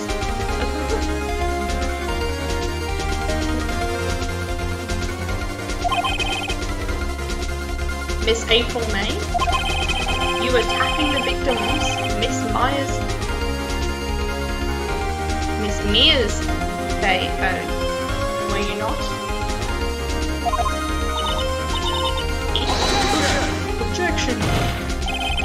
Your Honor, this is irrelevant. I'm not entirely sure that it is. Objection overruled. It troubles me that our witness was in possession of a wiretap. This is outrageous. Does the defense truly claim the witness was tapping her phone? Absolutely. Even if that was the case, which it's not, you still have to prove one thing. If the victim ever ever say that the weapon was a clock on the phone? She said it in the recording. We've already played it. Asked and answered. Can you prove that? I think not. Oh yeah? I think I can. It's simple. What? Here's my proof. The proof that the victim said on the phone that the weapon was a clock. I present the defendant's cell phone. Yes, we've seen that. Listen once more to the conversation between the defendant and the victim. Beep. Screw. Mia, what's up? You haven't called in a while. Well, actually, there's something I want you to hold on for me. Hold on to for me. Again, what's it this time? It's a clock. Boom. It's made to look like that statue, the thinker, and it tells you the time. Miss April May, you used a wiretap to listen to this conversation. That's how you knew the thinker was a clock. Am I wrong? Objection. Your Honor, this is ridiculous. Your Honor, look at the witness's face. Does she seem amused to you? The defense demands an answer.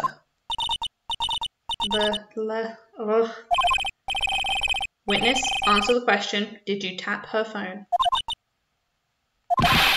Miss May. Shut up, all of you. What gives you the right to talk to me like that, you lawyer?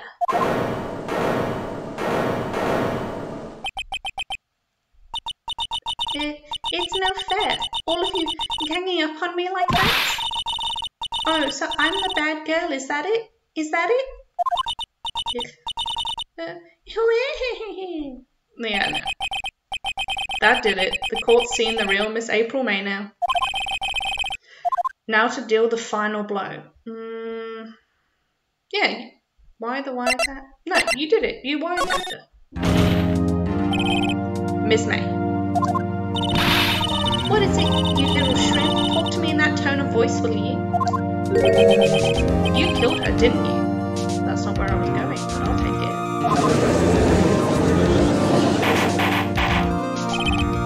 Order. There will be order. What? How can you possibly say that? Are you mad? All I did was a little wiretap. You're a bit of a... So you admit you tapped her phone? But wait, I didn't do anything bad like murder. I'm a good girl. Really? Can you prove it? No way can she prove it. You think you're so smart, Miss Sullivan? But I can prove it, and I will. You can't be serious. No way. Way, I say, way. Oh, and I assure you I'm serious, Mr. Lawyer. Okay, so the killing happened around 9 at night? Why, well that's just when I was getting room service from the sweet bellboy. Room service? Iced coffee, I believe it was. Iced coffee, you know, like normal coffee, but cold. If you don't drink it quick, the ice melts and then you have a regular cold coffee. I mean, yeah, that's... yeah. Never thought of it that way.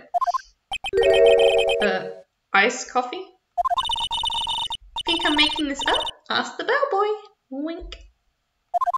Oh, I got it to work that time. Ergo, the witness was not on the scene at the time of the murder. So, where does that leave us? It is my great displeasure to inform you that the witness appears to have been tapping the victim's telephone. However, that is a separate crime with no bearing on the current case whatsoever. Her testimony stands. She saw the defendant, Maya Fay, commit murder. No, they're going to let her just walk away? There's no way I can win this unless I tie Miss May to the murder somehow. Well, does the defense have anything to say? Well, come on, think of something. Yeah, call the bellboy. Yes, I corroborate her alibi. The defense would like to call the hotel bellboy as a witness. There's something suspicious here, and I'm going to get to the bottom of it. I think you've sunken quite low enough already. I object to calling the bellboy. Why? What's your reason? Because I hold that the wiretapping had nothing to do with the killing. However, if you agree to one condition, I'll consent to calling the witness. Condition? If Miss April May's alibi is not called into question after you examine the bellboy, then you will recognise that Miss April May was not the killer, thus she is innocent. I mean, if it's after we've talked to him? Okay.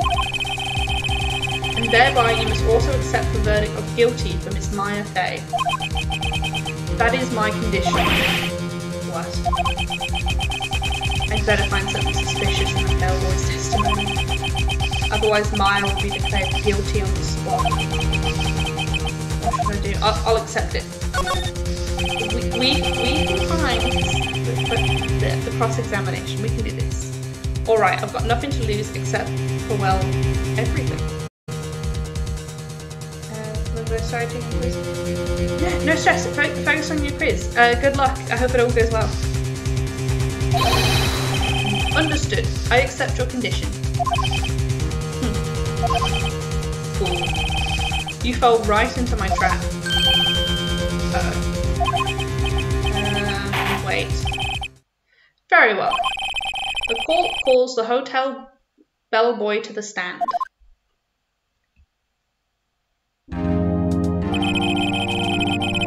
I believe we're ready for the witness to testify. He certainly does look like a bellboy. Bring the tray of tea and cookies? Yes, sir. I received your summons in the middle of work, sir. I'm happy to be of service.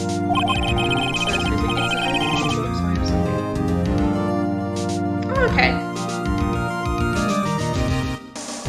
Oh, it's not too bad if it's an open book. I mean, like, you've been studying a fair bit for it, but if you've also got the open book alongside you, I mean, like, you'll ace it. So, hell yeah. That tea set looks rather heavy, so without further ado, the witness may begin his testimony. Very good, sir. Okay. I am the head bellboy at the fine Gatewater Hotel in business for 4 generations. I believe I received a call after 8 in the evening from our guest, Miss May. She asked for an iced coffee to be brought to her at 9 o'clock on the dot, sir. Sorry. Yes, open book tests are the best ones. All that, and if you had any, well, in my case, if you had any exams during the absolute peak of our worldwide situation, then my university went to online exams, so there was internet access. So I was able to double check anything I wasn't sure on. But that was a dream. I still got stuck on a few things. You obviously just couldn't just look up and double check, like with like essays and stuff. But they also used it to make it harder. Like in said essays, you had to provide the links to all the websites you went to as proof of your claims in the essay, essentially.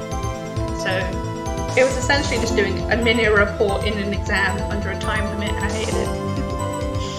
But it was a little better than just winging it in the exam room, so I was happy. I had extra study time, and I got to do it in my pajamas. Hell yeah.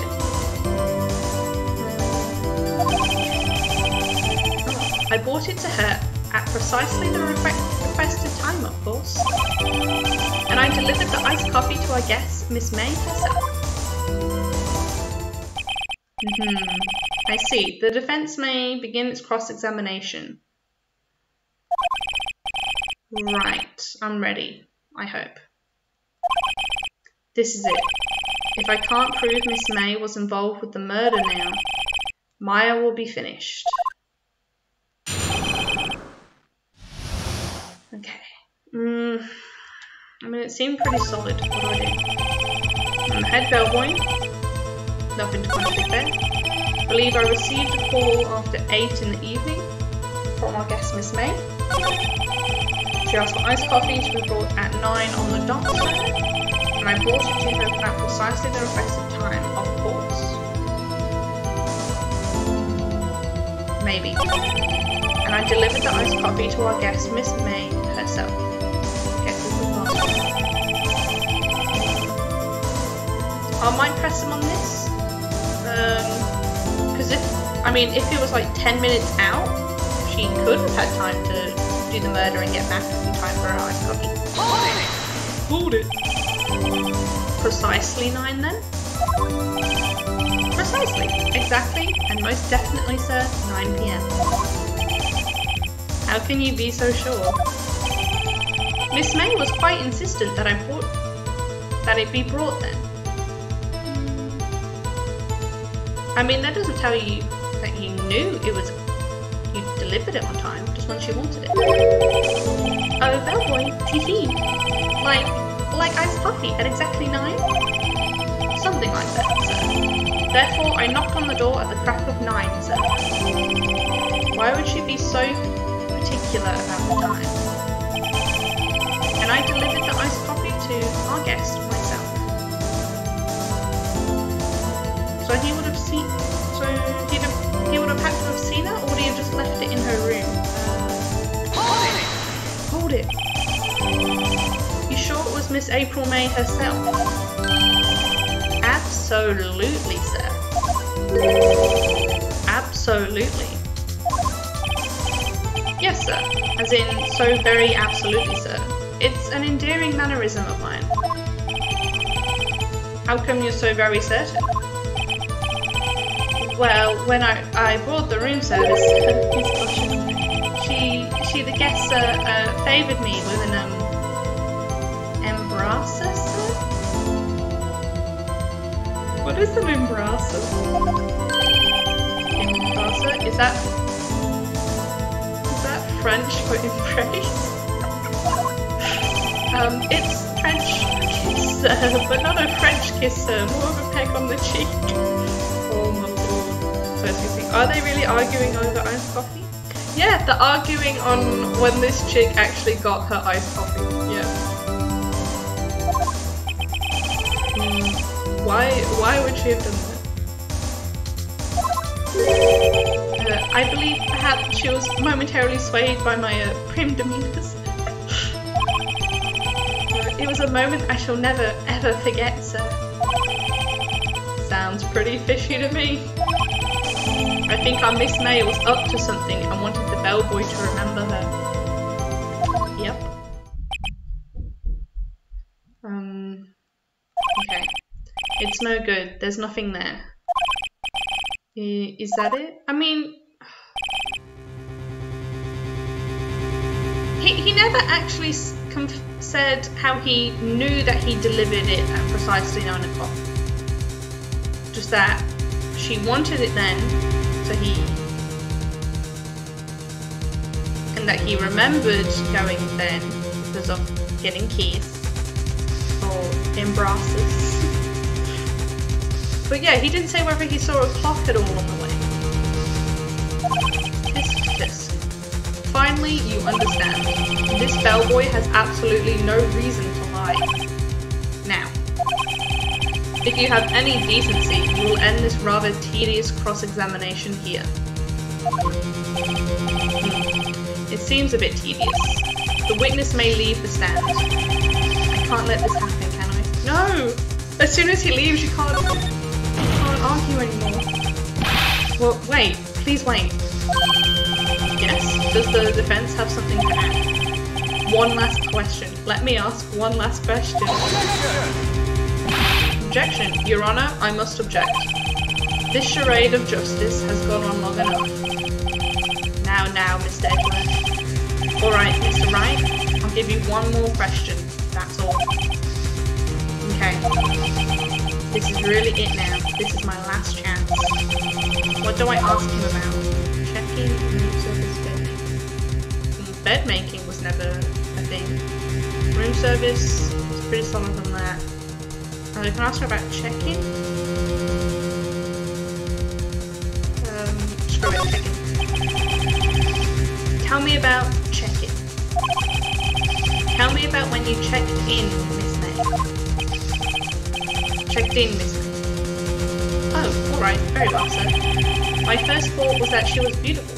Beautiful person. She's just my type of girl, so it was a disappointment, really. I see. Why is it disappointing that you checked her in? Excuse me, what exactly was a disappointment? Well, I'm not without charm, sir, but even I'd have little chance of her lover then. Her lover? What did he say? What did you say? Rather quite. Bellboy, tell us the truth now. Did Miss May check in with another person? I object. That was objectionable. Objection overruled. The witness will answer the question. Yes, I see. Why did you not mention this in your testimony? Well, sir, you didn't ask. Nice try. That's the sort of thing you're normally supposed to mention. Oh, I got my... Oh, hell yeah, good on ya. Nice job.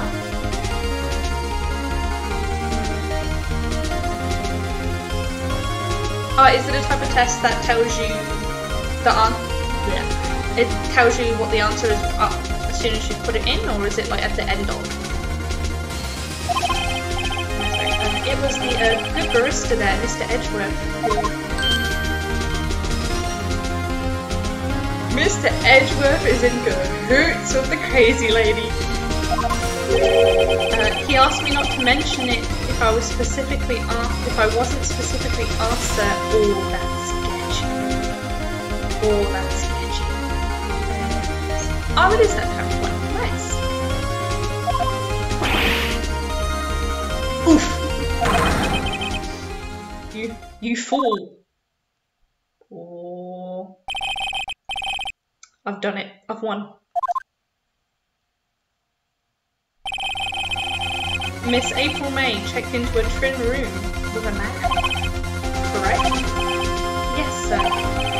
Then when you brought them room service, you didn't see that man in the room?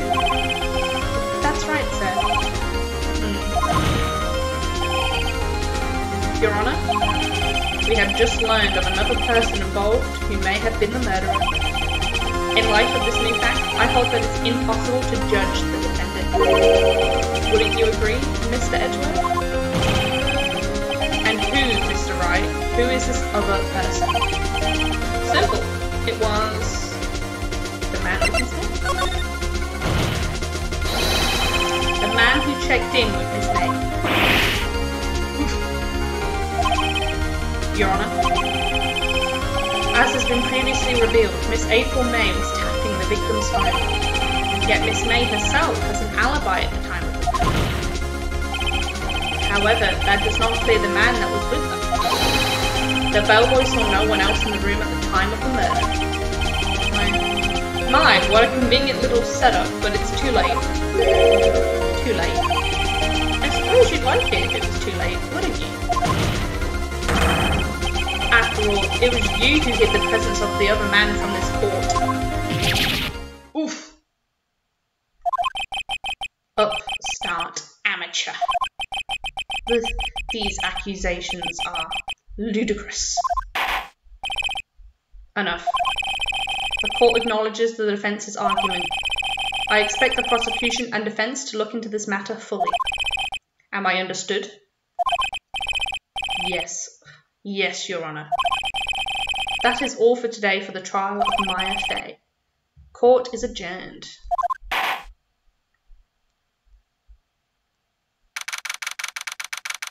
Ooh, September 7th, 2:24 p.m. District Court, Defendant Lobby Number 1. Mr. Wright, you are amazing in that. Really? I think I might be your newest fan. Oh, I was just doing my job, you know.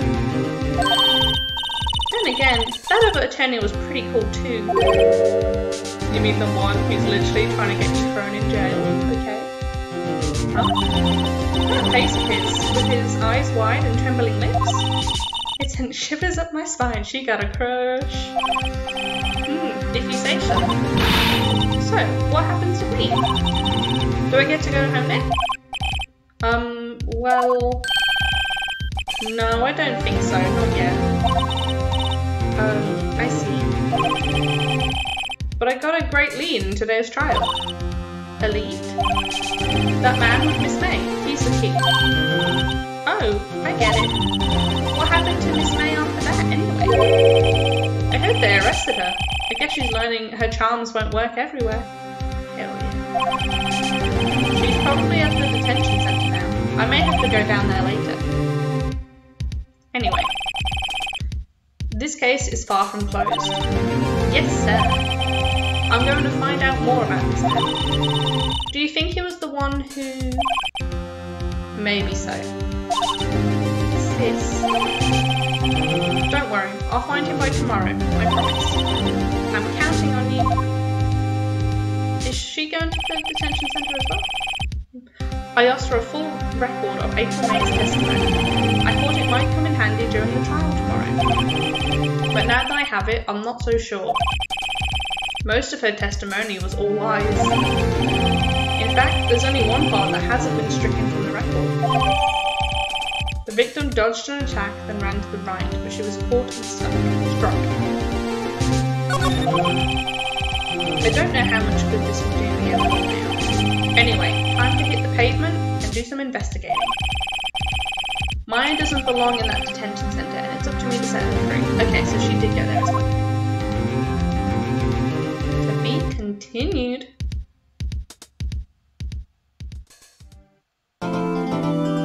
Saving yes.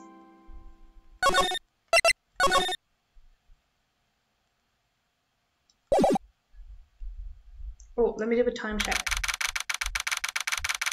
Okay, I started at least. We can probably finish this case. September 7th, 3:11 p.m. Detention Centre Visitors Room. Ugh. Well, hello. I didn't expect anyone to visit me in such a dank place like this. It's really quite moving. Not? You stinking lawyer. I hope you die. Have you come to laugh? Yes, laugh at the fallen Miss May? No, not really. There's something I wanted to ask. Unfortunately, there is nothing I want to be asked. Haven't you done enough questioning, you spiky head? Here we go again. Please, you're scaring the security guard. Oh. So, what is it you used to ask me then? For starters, how did she get to be so totally whacked? Oh, hell yeah. Okay. That man. About the man who stayed with you in your hotel room. Can you tell me about him? Where is he? Come on. No way, Jose. Maybe if I had something to get her to talk. The wiretap? Why did you place a wiretap on Miss Mia's phone? When you say it like that, it sounds so cold, so criminal. Tapping people's phone is a crime, Miss Mia. Oh, and I suppose you learned that in lawyer school, Creep. This woman is impossible to talk to. say, why are you so angry? I mean, you don't look like a bad person. Oh, that does it. Bottom feelings. Scrum-sucking lawyer. Bottom?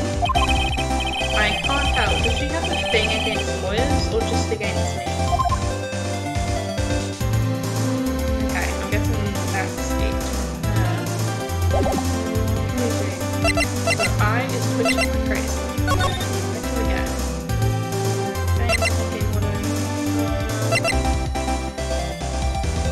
That giant painting's missing. I'm gonna go there. September 7th, Grossberg Lawyer Offices. Looks like Grossberg is out today. Again. Maybe he's avoiding me for some reason. Yeah, I want to examine that. Wait a second. Wasn't there a giant painting hanging on that wall? Yeah, it was a painting of... it was a guy sitting by a tree. Oh god. Fisherman? It didn't have sunflowers in it, so I'm guessing fisherman. Wasn't it? It wasn't a very memorable painting anyhow. Okay, is that gonna come in handy later? What's this? What's this? Old photos? There are 2 lying here. Something's been written in pencil on the back. DL6 Incident Exhibit A. DL6 Incident Exhibit B. Let's take a look at these. Yeah, might as well look at them both. I'm sure I've seen this person somewhere.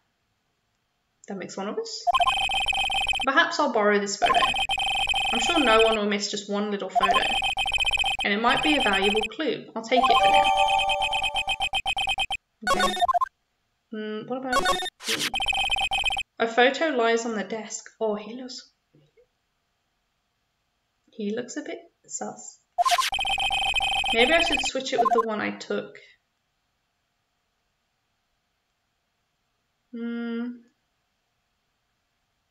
What does this one say when we click it? I think I'll swap them.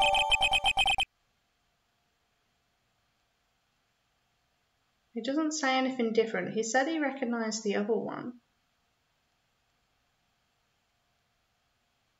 The other one?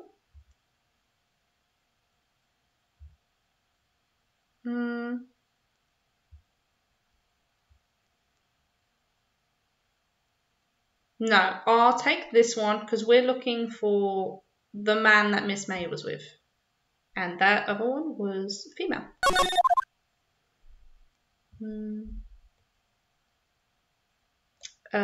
Is it still on the table or does it just look like that? Okay, it just looks like that.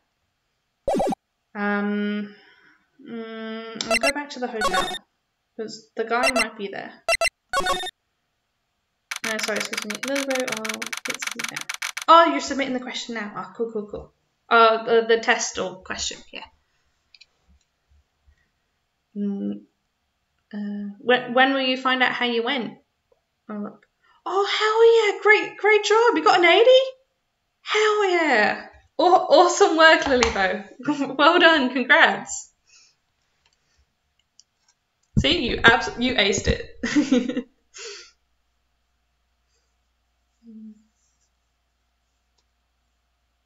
Oh, sorry. Cool. September 7th, Gateway Hotel, 303. Ah, welcome, sir. Quite the performance today, if I dare say so myself. Oh, thanks. Sorry for putting you on the spot like that. No, not at all. Your efforts today can only help the Gatewaters rep, as they say. Huh? Rep? Reputation? Yes, our reputation will swell as the hotel where the murderer used a wiretap. That doesn't sound right, but it does sound accurate. Sorry, excuse me. Elizabeth, you wanted a 90, but I went. Yeah, that's fair enough, wanting a slightly higher score. But, that's still, like, Eddie's a pretty bang-up job, so well done. But hell yeah. But no, I can get if you wanted a slightly higher one, but yeah. You did good, though. Well done. Yeah. We can charge a premium for the room, of course. It will be great for business, sir. Whoa, Miss May hasn't been charged with murder. I, too, will become famous. The bellboy who brought the murderer iced coffee. Oh my god, yeah. He'll have people taking selfies of them holding an iced coffee. Oh, I already see it on Instagram now. Why do I feel like we've been stuck in the same bad dream? So, you are our honoured guest. Please let me know if there is anything I can bring you. Have a chat. Miss May. About Miss May. Oh, her? Sir, not to boast, but I know the moment I saw her. She'd do it, I said. Do what? I'm starting to think the most suspicious person here is this guy.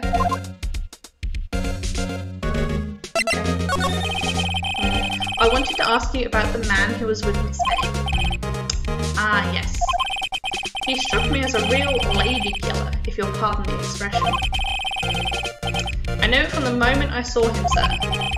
He and I are of the same ilk. We both carry the scent of danger. There we are in total agreement, Mr. Psycho Bellboy. Sorry, excuse me, these avatars and iced coffee? Yes, they are obsessed, it seems, with their iced coffees. I think of this murder investigation is hinging around an iced coffee. Oh, saying that, crazy fun fact. I did hear this from a TV show, like one of those crime ones, but there was once a crime that didn't have any enough evidence, and they'd taken some photos all around the crime scene, this and that, and oh my god, this is great. They were able to identify like the suspect from like their footprint, and they were to like using the footprint, they were able to like, oh, so it's got to be a person of this size, of roughly about this height range, to like that would like match the foot size. And the really funny thing about it was this footprint was indented in like some food that had been left on the floor. So they literally made like an impression, like a foot impression, to get it by just pouring the moldwork into just food waste. But I mean, it did the trick. They were able to catch the guy. I'll have to try and look up what show it was I was watching, but it was a whole bunch of those, like, each episode was a different case about how some weird, obscure bit of evidence came out, and that's how they were able to get the guy. But, it was great. It was like some forensic show. It was an American one, I know that much, but it was on, like, Aussie Netflix. But I remember that still stuck out, because me and my friends who were watching it, we just collectively lost it when we saw the reenactment. But yeah, they got him, so hell yeah. Oh, sorry.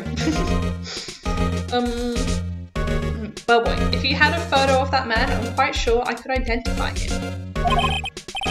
A photo? Oh, we picked up the photo. Oh wait, we'll ask about the hotel first. Could you tell me about this hotel? Absolutely. And on that subject, I have an excellent idea, sir. Currently, this hotel is known as the Gatewater. I propose that we add a subtitle. A subtitle? Gatewater Hotel, Murder Manor. Oh, they'll definitely be getting a few more customers. Well, what do you think? Sounds great. Whatever floats your tea set. Oh yeah. Excuse me, I love Supernatural. Oh, you love Supernatural as well? Oh, hell yes. Hell yes. Supernatural is absolutely banging. It's so good. And oh, I need more episodes. I know it's over now, and I've come to terms with how it's ended, but I would like more episodes, and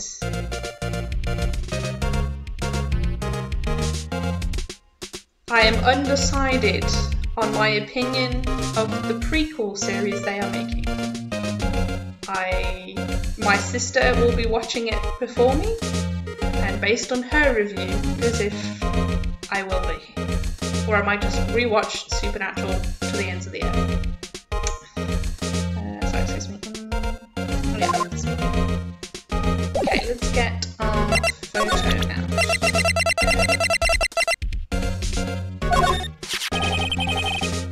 Take a look at this photo. Looking... That's him, detective.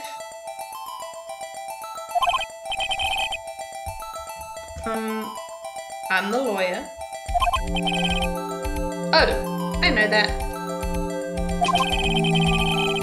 I just want to say detective once. You know how it is. No, I don't. Excuse me.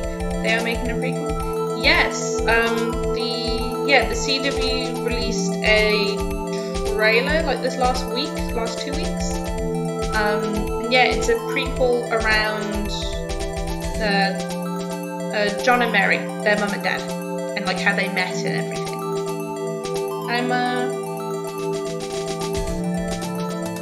I'm cautious on it. The trailer didn't really draw me in, so I'm a bit concerned. But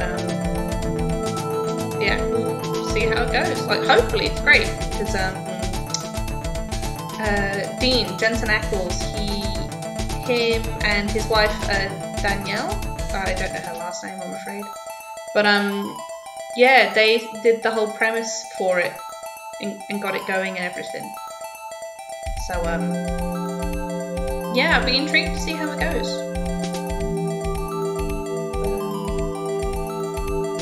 Sorry, 2 seconds.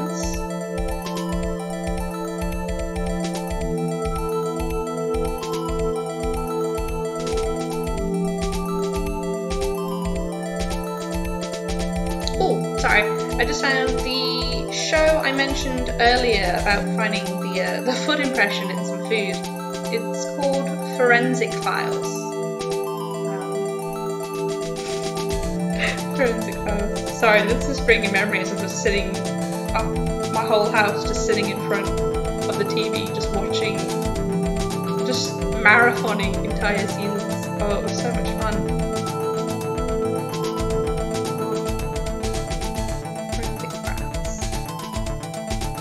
Okay, I'll slowly go through this and I'll eventually find the crazy episode, hopefully. But, oh, never mind. There is 14 seasons and 406 episodes, including a 6-hour-long special. I will not be finding it anytime soon. Never mind. But, yeah, any crime scene fans, I'd recommend that. It's good. You get your crime dosage, and you occasionally get a bit of a laugh as to what crazy way they've discovered their evidence. So, it's a good time. It's a good time. Okay, excuse me. Without a doubt, that is the man who checked in with Miss April May. Oh, sorry, I did miss that. What you said about you love Dean? Yes, Dean is great. Yes, I definitely favoured Dean. Me and my sister both favoured Dean. Sorry, Sam, but your big bro takes the cake.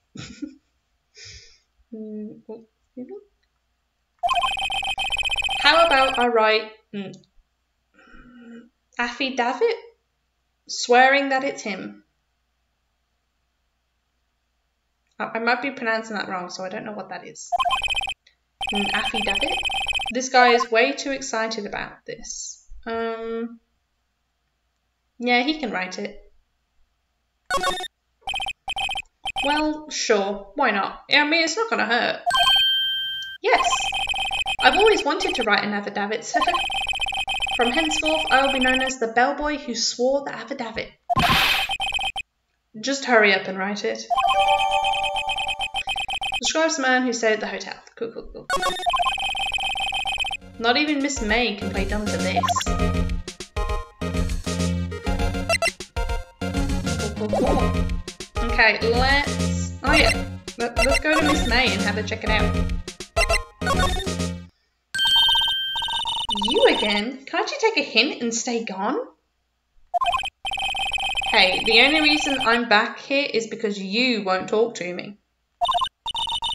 Oh, so it's my fault now. You don't just have spiky hair, you also have a spiky heart. That does it. When this case is done, I'm shaving my head. Let's show you that photo. Have a look at this. Look, I've said several times, I'm not telling you.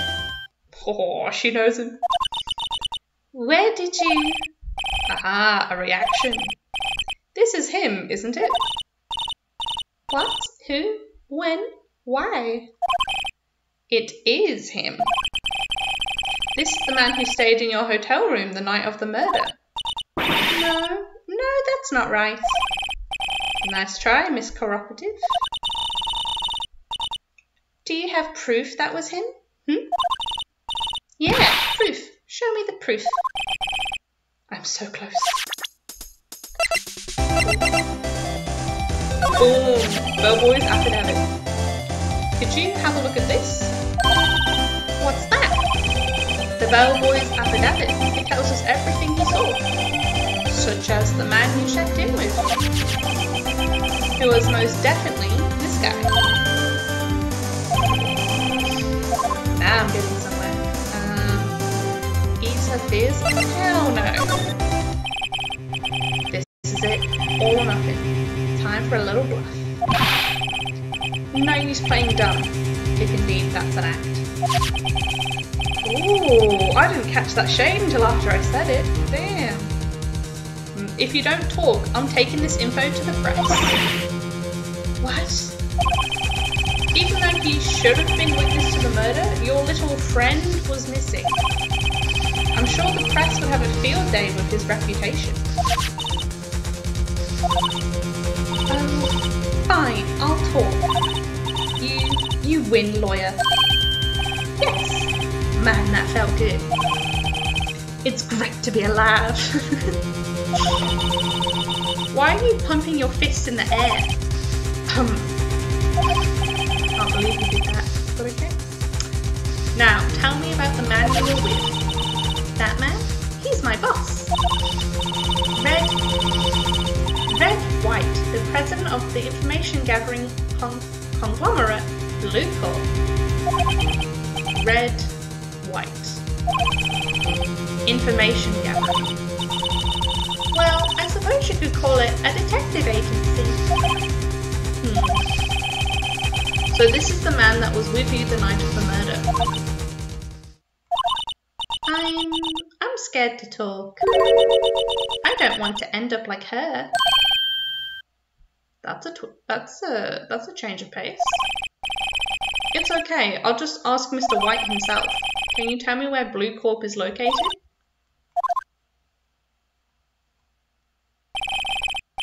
Mr. Red White, at last. Finally a lead on this guy. If April May couldn't have done it, that leaves him. Time to take action. Bellboy's affidavit discarded.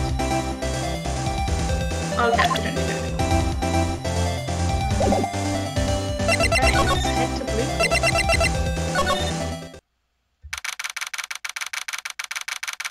September 7th, Blue Corp Inc. CEO's office. Be right back. No worries. See you soon. We'll catch you later. Sorry. What's with the surreal decor? The Grossberg's painting is on the wall. That's pretty suspicious. Welcome. Please furnish me with that title of your personage. With the title of your personage. What the? Your name. What's your name? Oh. His teeth do the sparkle thing. I don't like that.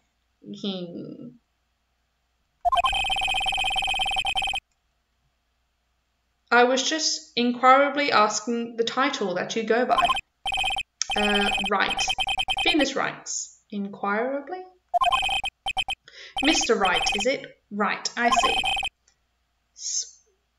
Splendiferous. Splendiferous. Perhaps I have intimidated you with my giantesque vocabulary.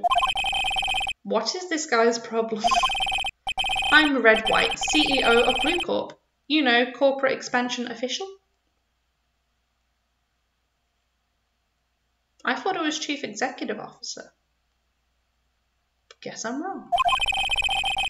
My business dealings bring me into contact with the elite of the elite. So I'm afraid I'm not used to conversing with the wordly challenged. He's calling me dumb. No. What a fruitcake. Oh, he's an absolute fruitcake. Let me guess. You are an attorney fresh out of law school, are you not? That's the only explanation for why you would come to meet me like this. What does he mean by that? No matter. So, what business does a mighty lawyer have with a man such as myself? Yipes. This guy's arrogance meter is off the scale. Let's have a chat. Miss May is an employee of Blue Corp, is she not? Correct. She was my secretary. What a shock it was to hear what she has done. What she has done? You mean the wiretap? Indeed. She is paid to answer phones. Tapping them is not in her job description. So she's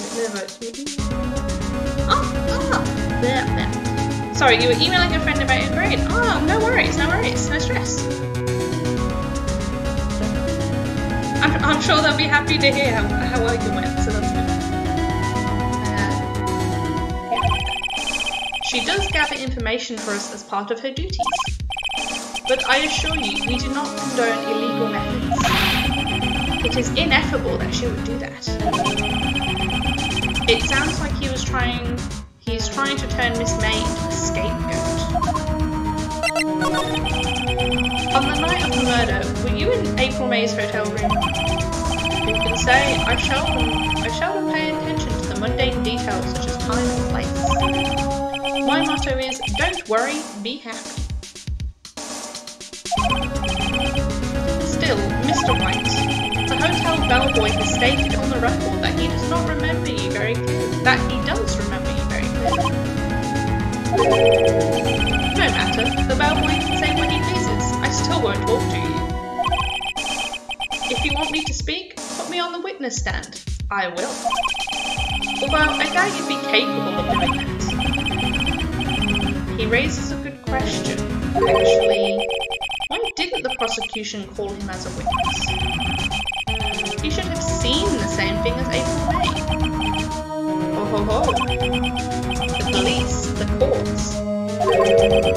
To me, they are mere toys, playthings for my amusement. What kind of company is Blue Corp anyway? Ah, excellent question. We buy and sell various kinds of information. We are a company of the future, you might say. We are the future. Sell information. mess you see now. Ah, in case you were wondering, Blue Court was named after the colour blue. I, Red White, of Blue Court. Founder and CEO named it so. Okay, I see why now. And why, you ask? Because I like the colour blue, of course. Fantastiballistically. Fantaballistic, is it not? There's something that's been bothering me. Yes, what might that be? That big painting on the wall over there. Seen it before. You know, I've actually seen that painting before. Oh? Just yesterday, actually. Your point being? My point is simple. Rather, my question is simple. Why is that painting hanging on your wall? Mr. Wrong, was it? Really, that's what you're going with?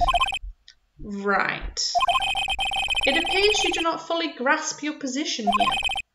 I ask again, who are you? A lawyer? No, my feeble friend, a mere lawyer. Worth nothing. Zilch, zippo, nada. Just like that sorry excuse for an attorney, Grodyberger. Does he mean Grossberg? What? Oof. Am I kidding? What? He punched me. What a butt. Well, Miss Lawyer, what will you do? Charge me with assault? Yes. Charge away. I welcome it, for it is you who will be found guilty. What? Heed my exposition. The police, the courts, they all do my bidding. So you say, but I wonder, is that kind of control really possible? I can't comment on that. I don't expect you to understand. It is well beyond your compensation. You came here from Grodyberger's, I presume? Mr. Grossberg's? Yes. Then you must ask him, why is it that this painting of his hangs here? Perhaps then he will tell you. Perhaps he will explain how a man can live life purely for personal profit. Go now, skedaddle. There is nothing more to discuss.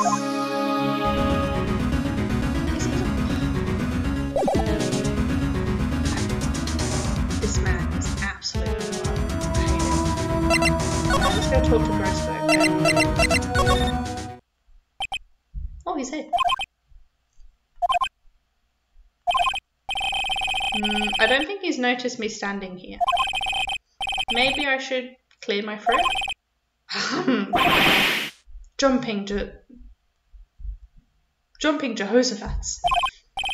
Oh, you. What's wrong? You look so pensive, like an old man at the end of his days. That's a rude comment. I'm not senile yet. I was just thinking about this whole mess. Something's really bothering him, that much is clear. Today's trial. So you came to see the trial? Yes I did. Something was bothering me all last night, you see. Couldn't get a wink of sleep. Really? What was that? Well, you see, it's just Mia's sister, that poor girl. My boy, I owe you my thanks, truly. I don't know what I would have done if things had gone poorly for the girl. Why'd you refuse? I asked before, but why did you refuse her request for defense? I think I have a right to know. Right. Mr. Wright? No, I'm sorry, it's just, I need more time to think about it, Molly. He does seem troubled about something. I'm starting to have a feeling I know what it is. Mr. Red White. So, I paid Blue Corp a visit. Oh, I see. Mr. Grossberg? I have to admit, something has been bothering me. What is it? Well, out with it, my boy. You see, it's just that big painting. Mr. Grossberg, sir, there was a giant painting hanging right there the other day. Was there not? The one you said you had no intention of parting with? Well, I saw it today. It was in the CEO's office at Blue Corp. Red White's office? So, you noticed. I suppose I should have guessed you would. It is a large painting. Mr. Grossberg, I know you and Mr. White are connected somehow. Connected, you say? Yes, and I know what it is. It's giving you information blackmailing your lovers? Hell yeah. Well, I say hell yeah. Dude is a flirt? Bad choice. I'm gonna go blackmailing though. Mr. White has something on you. Has something on you, doesn't he? Blackmail? I think that painting is a fairly gaudy proof. Very well. This may be the chance I've been waiting for. Maybe it's time to get this off my chest so I can rest easy. After all, you and me as understudy. Perhaps it was fate. What's he talking about? Red White is a man who makes his living through intimidation. Blue Corp is a company that excels in finding people's weaknesses, I'm afraid. I've been paying them for 15 years now. 15 years. All because of the DL6 incident, as you may have guessed. The name on the back of the photos. As you suspected, I could not stand in defense of my own because of this. Excuse me. Back to normal. White would have destroyed me if I did. So that's the connection. It is hard for me to tell you this, my boy, but arresting Red White would be nigh on impossible. Impossible? Why? He has information on everyone. It gives him an iron grip. He owns judges, attorneys, prosecutors, police, and politicians. What? They are bound, unable to do harm to themselves, and therefore to him. Don't look at me like that. What you see is nothing more than the weight of many years.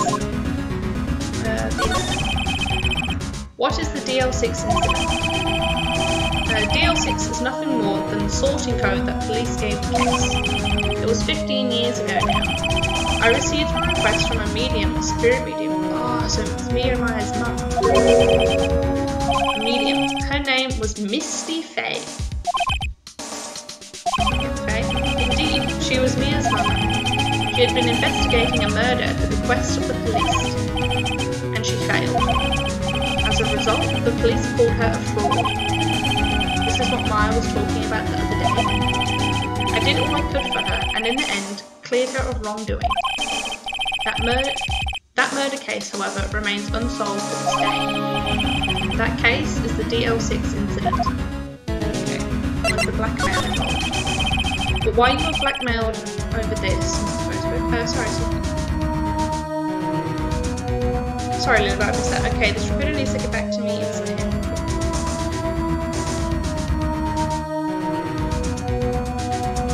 Oh, was there a planned thing for you to have a chat, or did they say they were just going to get back to you? Sorry. The DL6 incident was top secret at the time. It made sense. The police didn't want people to know they were using a medium. It can be a little controversial. I just emailed my friend about my situation. He also took the cybersecurity program. I updated him the line to get a material handler job for this crime. I did say I applied to the position, and he said take anything, because once you pass your CCNA, you can apply to the real position. True, definitely true. That's a good point. But obviously, hopefully, you get the job that you want for the time being. But yeah, he's completely bang on. Like, once you're all set, you'll be all there for the actual job. Yeah.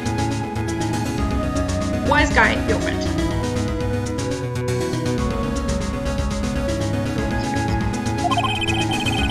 They couldn't let people know, but one person found out. I told him. You told the sketchy guy. You told White. He offered me riches. It is an embarrassment to me now. Because I talked, the police were mocked far and wide. In secret, they began looking for the one who sold them out. Of course, Wright heard about it and he came to me. That's what I said. I'll even do the diet aid, which is part-time. Let's see, then once I pass my exam, high priority. Yeah! Yeah, that's pretty, yeah. Have that as your plan. Like, you have the multiple options that you're aiming for, be it the material handler, that birth registry, and then obviously, yeah, that diet aid as well. I mean, yeah. Just use it as like stepping stones until you get to the ultimate goal.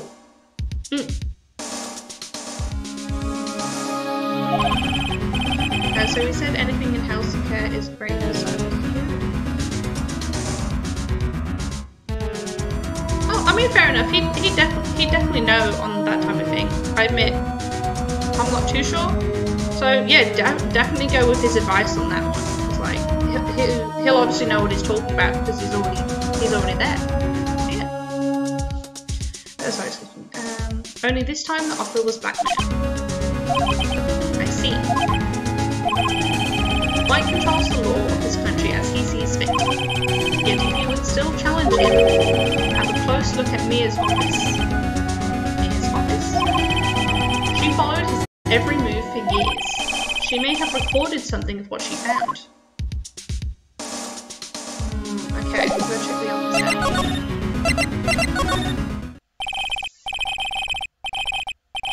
It's funny, looking at this room, it seems so normal. Hard to imagine a murder took place here. Mr. Grossberg said there would be clues. Maybe I should have another look. Yeah, let's have... Mia's favourite potted plants. I guess I'll have to water it now. The sky is blue and so am I. There's that hotel right across the way.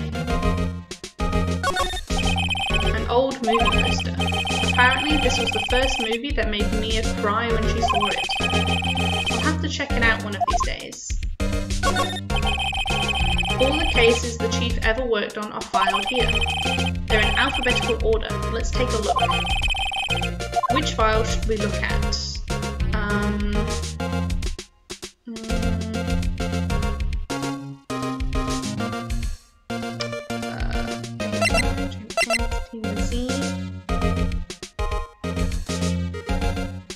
What would it be under?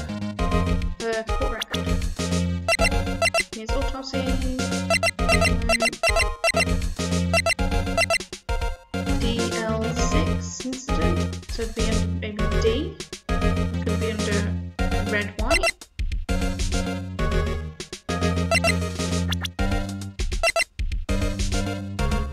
Yeah, maybe it's under red white. Wait, this is gonna sound real stupid.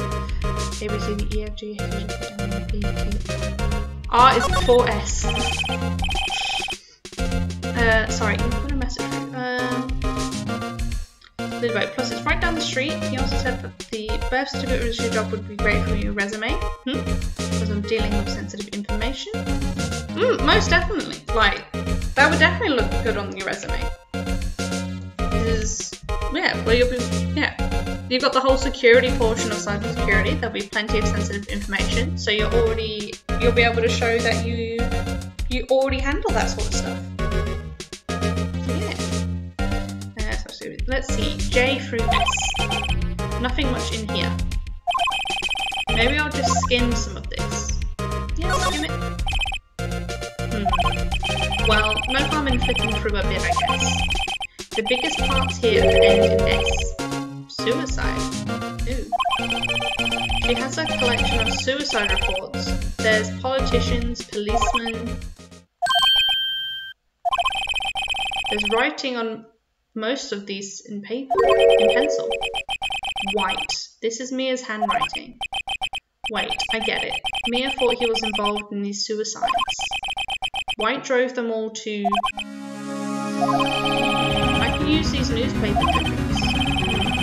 Let's find the most disturbing one. I mean, that would be really tricky. Oh, sorry, excuse me. There's also data entry and you look data. And you'll have data entry, so hell yeah, that would definitely work. Two birds with one stone, essentially. Sorry, newspaper clipping. Article about politician suicide, the word white is written in pencil at the top. I mean, it definitely isn't what I was going for in my lettering, but it still worked, so I'll take that. Let's go show it to him.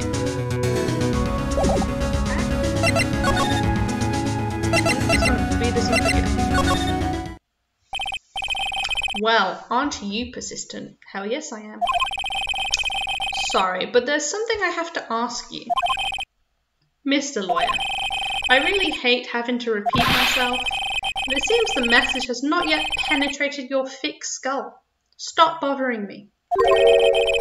If you try my patience further, I fear a nasty accident may occur. Do I make myself clear? Transparent.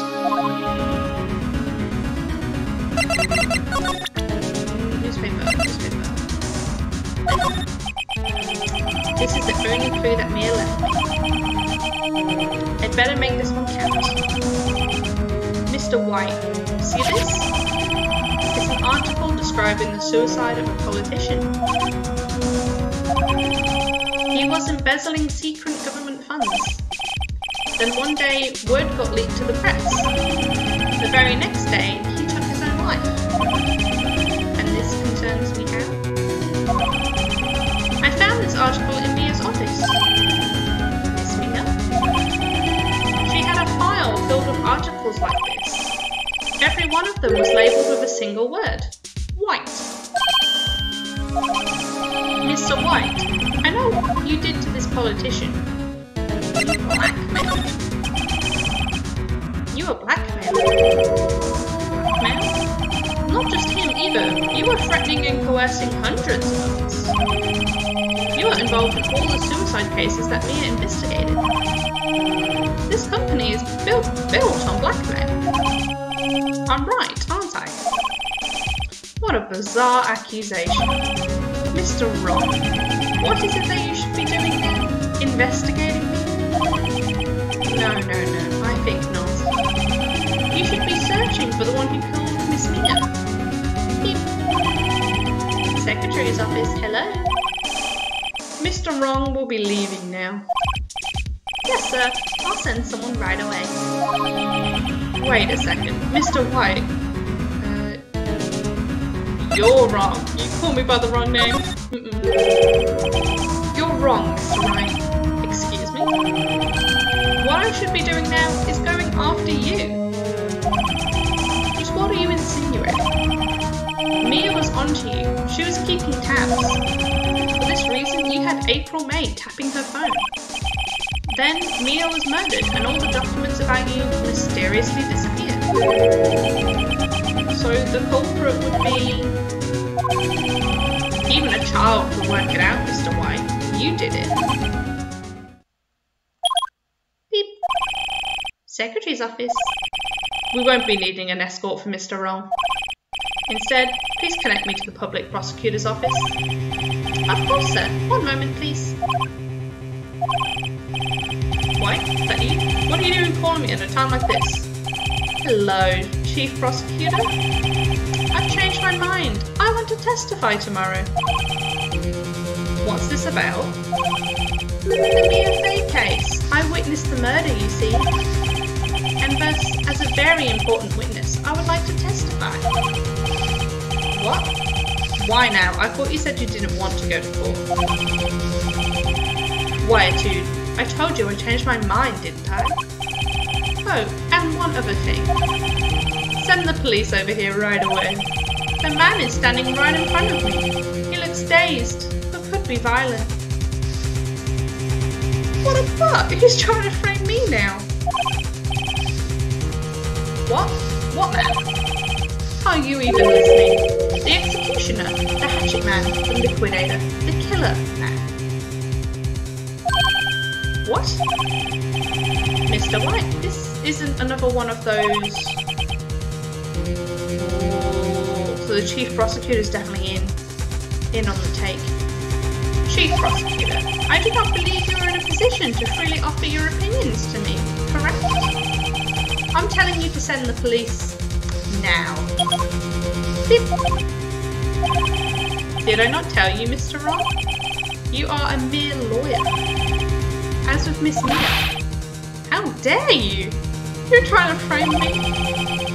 I'll point the finger at you and you'll be tried as Miss Mia's killer. The case is as good as settled. No lawyer of any worth will defend you. I have friends in the local lawyers association, you see. You'll be given a lawyer so stupendously inept that they'll make even you look competent. I feel faint. Detective Gumshoe reporting, sir. Ah, Butts. Hairy Butts. Right, actually, Felix Wright, and my friend's name is Larry. Oh, right, sorry pal. Butts was that murderer, right? Detective Gumshoe. I present to you the man who killed Miss Mia Fay. What? Take this despicable human being into custody. Farewell, Mr. Wrong. Okay, well that transitions. Sorry, yeah, I missed what you said. I'm sorry, Lilibet. My good friend here on just Dan Spanning was on last night, and he was a little joke command, and I hit it, and it said, "What did the baby computer say to the daddy computer?" Hi, Dada, and I was like, "What's?" And I was like, "What's a baby computer? I don't get it." Wait, one sec. What did the baby computer say to the daddy computer? Hi, Dada. Oh, okay. I slightly get it. I think it's so the baby and daddy computer is more. So it's just literally if you just have it as a baby and a dad, you would call them Dada or Dad or Pop. So this one's just doing a pun on the word Dada and Data.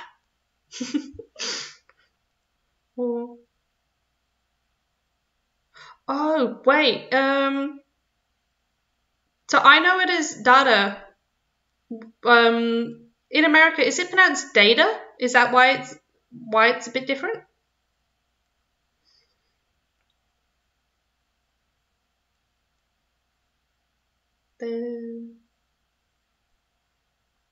Yeah, maybe we could say data. Yeah, that wouldn't make sense if it's pronounced as data. I get the data part, but I was like, what's a baby computer?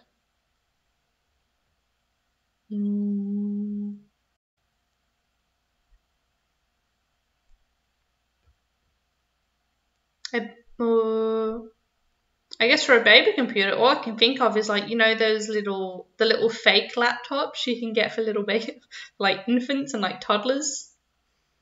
I'd say that's a baby computer, and they're cute and they play music. And then I guess daddy's just a boring old computer, or just your average Joe computer, your iPhone.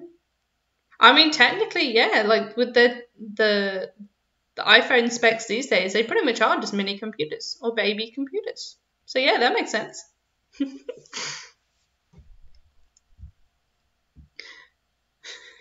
Sorry, I just thought a small twist to the joke. What did the baby iPhone say to the Mac Daddy computer? Oh, that was absolutely atrocious. I am sorry. The Mac Daddy. Oh, sorry, it made logical sense to me.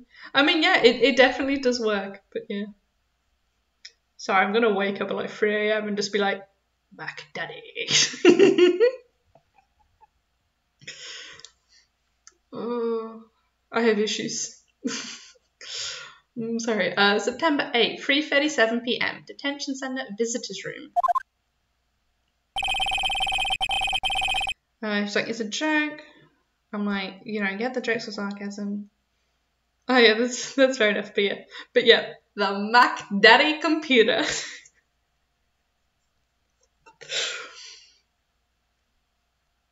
That's the only way I'm going to refer to those now. Thank you. I'm happy you love it too. Just for the rest of this, I'll just get the occasional giggle when I remember Mac and Daddy. Can I get a Big Mac and Daddy? Okay, I'm gonna stop. I'm gonna stop now. It's fine. It's fine. Okay. Sorry.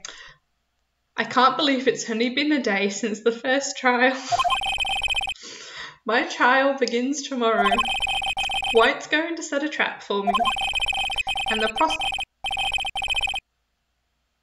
the prosecution will be on it, of course, Edgeworth included. Sorry, my TV screen just did a weird glitch and freaked me out.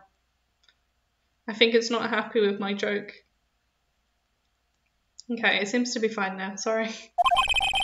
An attorney was assigned to me by the state yesterday. I refused. I had an idea. Right. Mr. Wright. Oh, Maya. Great, they let you out of detention. Just now, yes. It's all thanks to you. Sorry. Instead of sugar daddy, it's the sugar macadaddy. Hell yes, Lilibo. Oh my god. Hell yes. Oh, sugar macadaddy.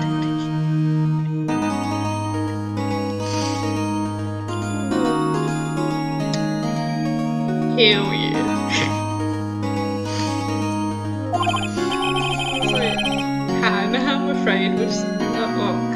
Now I'm afraid we've switched places. What? You mean you? Yeah. I'm on trial, girl.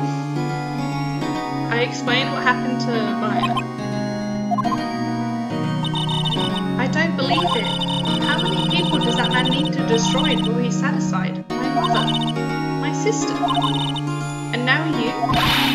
This has gone too far. Mr. Wright, please tell me, is there anything I can do? Defend me in court? No. Can Jimmy on help me break out of it? But those are both horrible decisions. Just be a cheerleader for me. Well, you can cheer for me in court. Cheer for you? You mean like a cheerleader? Hell yeah. Yeah, like that. Alright, leave it to me. I'd better go get a uniform and some pom-poms. I really hope she does. Wait. What? I'm kidding. It was a joke. No way. No, really I was kidding, but thanks. It's good to know you're on my side. And there really isn't anything you can do for me anyway. But I can't just sit here and do nothing. I've got to give that man a piece of my mind. Just a piece. Okay. Then come to the trial tomorrow. Oh, okay, I'll be there. I'll show them a thing or two.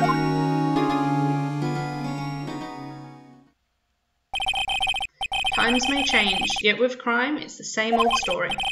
In fact, it's gotten worse. Lengthy court proceedings are no longer realistic.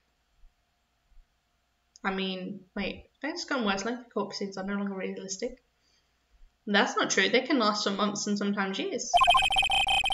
Beginning a few years ago, a limit of 3 days was put on initial court trials. Almost all finish in a day, most with a guilty verdict. Okay, this is purely just this game's universe, okay. I never thought I would end up in the defendant's chair myself for this case. I hate this man. With the true culprit appearing as the star witness, this is it. Tomorrow, it's me or him.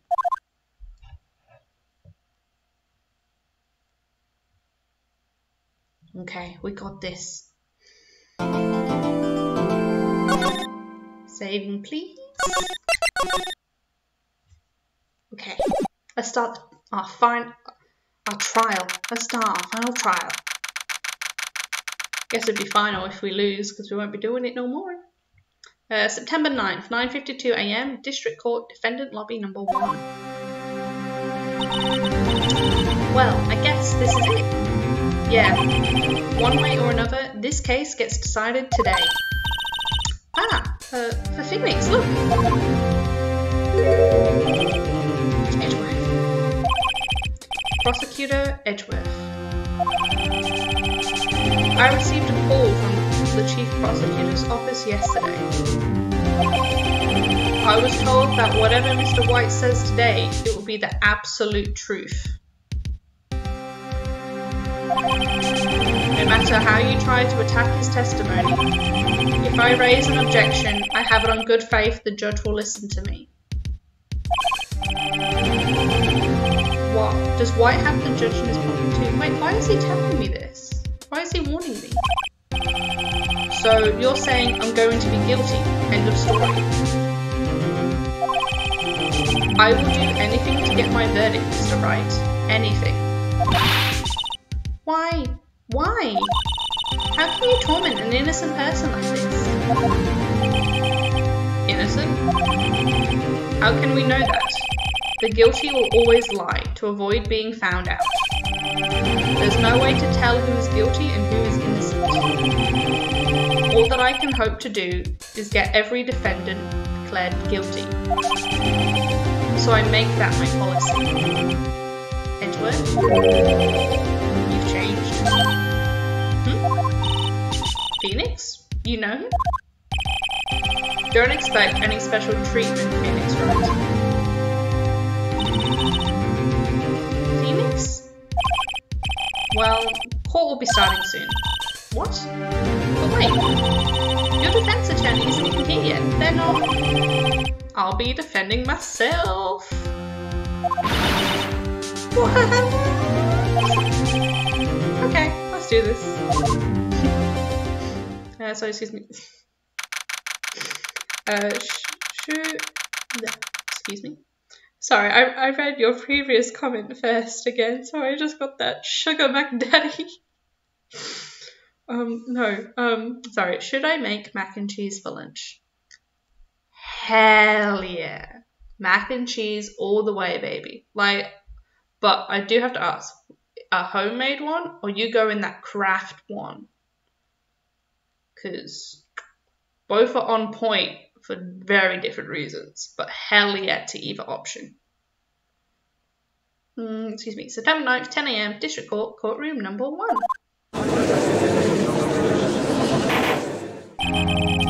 Court is now in session for the trial of Mr. Felix Wright.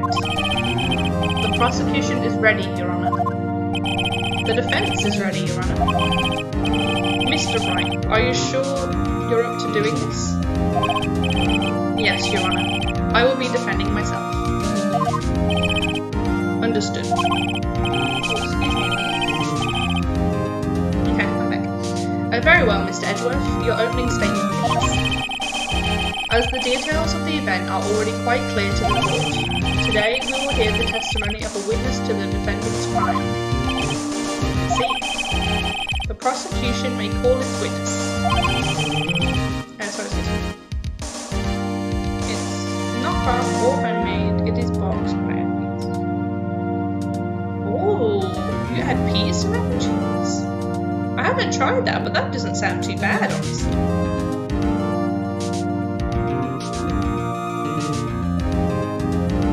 I'm intrigued. No. I would say that next time I have it, I'd give that a shot.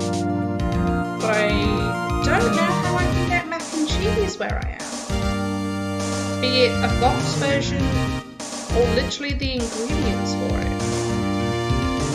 I don't know a supermarket that sells the macaroni pieces. Add more veggies? Yeah. Add some veggies into it. Hell yeah.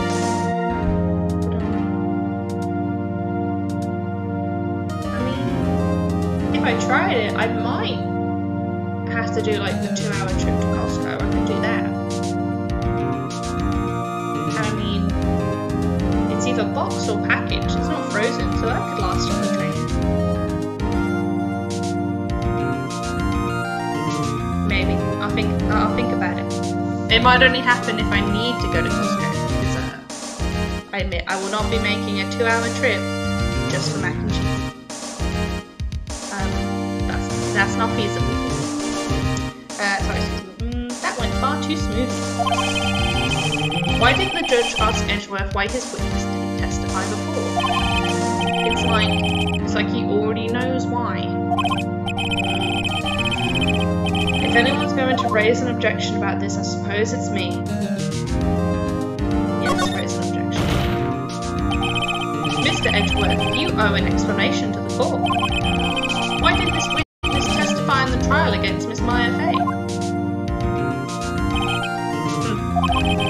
I'm ever so sorry. Mr. Wright is a busy man, and besides, at the time, I thought that Miss May's opinion was all that would be needed. Again, my sincerest apologies to the court. Excellent, Mr. Edgeworth. I appreciate your demeanour. What else? Also, mac and cheese with pesto is good. Chopped up scallions and tomatoes.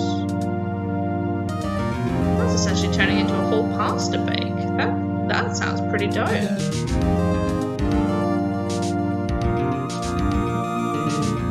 Pesto. Okay, now I'm just getting hungry. But nothing I have could compare to mac and cheese. Oh well.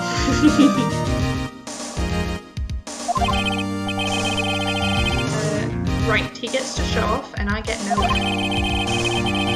I would like to call Mr. Red White to the stand.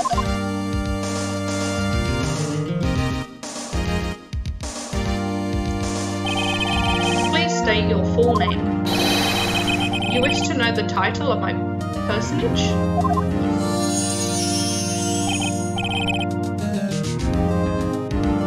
No. Your name. Yes, that is what I said. Yes.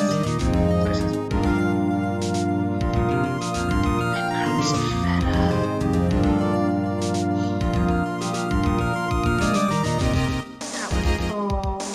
That would taste so good.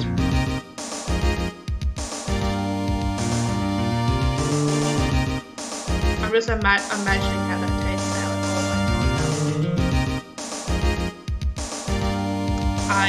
I am very jealous of your lunch if this is the way you're going.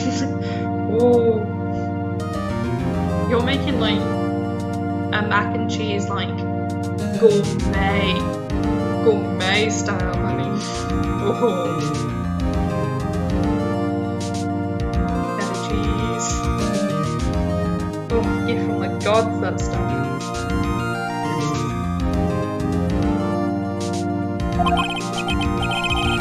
Oh dear, do my... yes I do, my locutions confused? Name. These two are great together.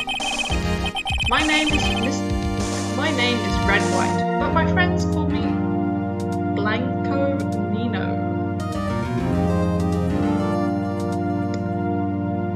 What?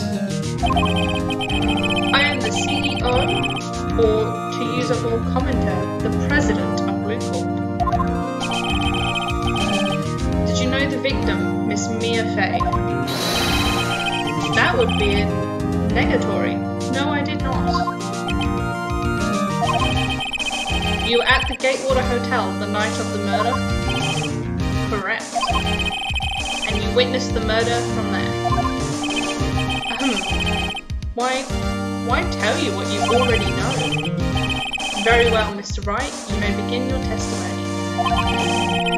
If I can't rip this guy's testimony apart, I'm done for. Why do I always feel like it's the end of the world and I'm the last man standing? Sorry, excuse me. Ironically, you hate cooking, you just like what you like. Fight what you like and that's it. Also, don't even treat yourself. Hell yes, treat yourself. Reasons why I don't. Yeah, you can do whatever the hell you want. Hell yeah.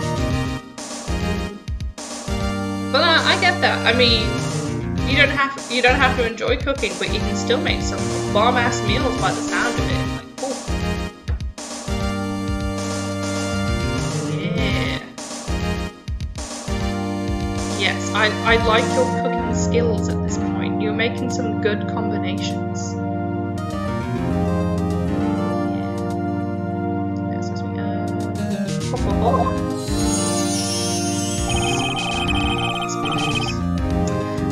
I hope you have made your peace with God, Miss Lawyer. Let him have it, Phoenix. Okay, witness testimony. Witness's account. Let's see. It was about 9 o'clock, I believe. I was quietly perusing, that's a reading to you, some papers by the window. Then I heard a bedlam coming from outside. Surprised, I turned to look at the building across the way. It was then I saw him, a spiky-haired man attacking a woman with long hair. Yeah, he's claiming it's me, yeah. Needless to say, that man was none other than you, Mr. Lawyer. I called Miss May over at once. She too was flabbergasted, of course.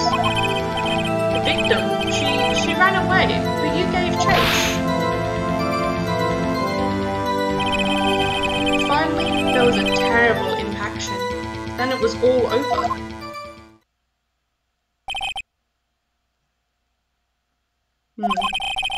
If things occurred as you testified, then I'm afraid the defendant is guilty. Very well. Defendant, Mr. Wright, your cross-examination? Yes, Your Honour. Okay, cross-examination time. Okay, before that, sorry. Also, someone ever told you to cook for them? You were laughing therapy? Yeah, I mean... Yeah, that's pretty fair. That's a fair thing to laugh at if if someone's demanding you cook for them. Like, yeah, that's a bit rich these days, this day and age. Nah. Yeah, nah, just laugh right at them if they do. Just laugh right at them. Let's see, it's right.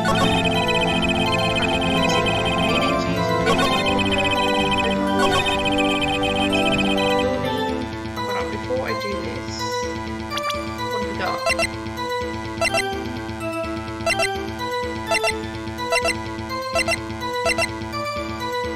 Victim doesn't attack but ran to the right, but she was caught and struck.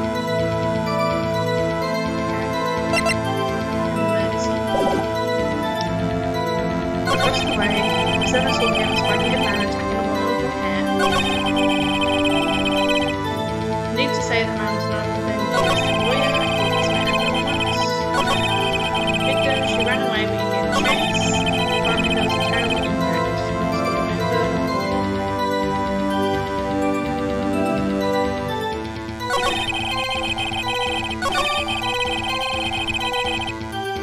She too was surprised, of course. I mean...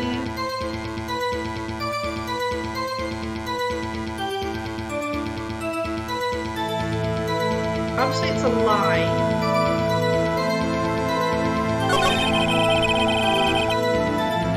I mean, we can try and catch them out with this one. Victim, she ran away and took chase, so...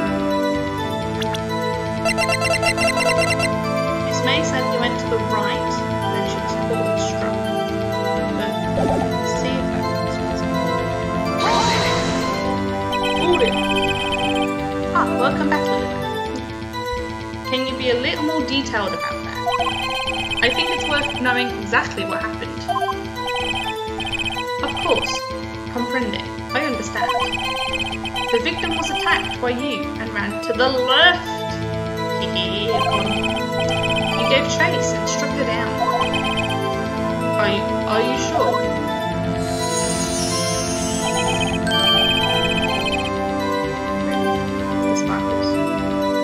As you know, I am always absolutely perfect. Perhaps you could change your testimony to reflect this new detail. And to the left and gave chase, but she did not. Objection! Wait, right there. Mr. White, you've dug your own grave. What is this?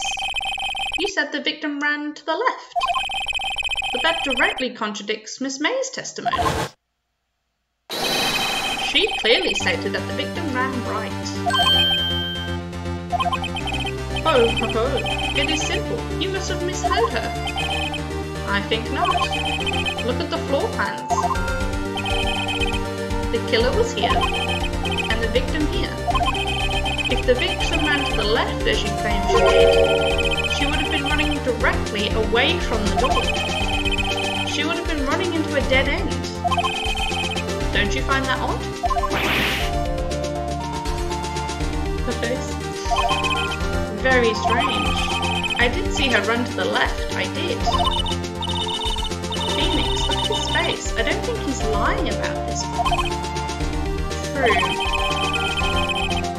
Maybe he really did see the victim run that way. But he did witness the killing. Wait a second. Mr. Wright? Yes, Your Honor. Miss May says right and Mr. White says left. Can you explain this contradiction to the court? Mr. White is right, Miss May is right, both are right.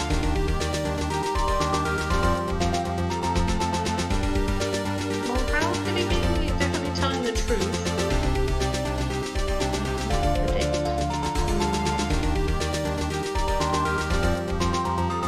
Both were right? I don't see how. The other two wouldn't really make sense. Both witnesses are telling the truth for once. Ha, I doubt it. Rather, that does not clear up the contradiction. There is one scenario that would explain their conflicting accounts. What? Obviously, the witness was not viewing the crime from the hotel. Okay. Mr. Wright, what do you mean? Yes, what do you mean he was not viewing the crime from the hotel? If he was not in the hotel, where could he have been? In the law offices of Fay & Co, of course.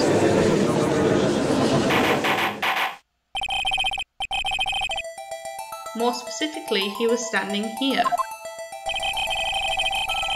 Time to show the court where Mr. White was saying. Ah, now I see. We're saying we're saying he did it. Wait. Oh, X to present. Keep pressing A. This is where he was. Look. When the victim ran for the door, if he was watching from this point, to him, it would appear that she ran to the left. Please. There is no time for jokes in ill taste. That is where the killer was standing. That's my point, boy. Order. I will have order. Anyone disturbing the order of this courtroom will be held in contempt.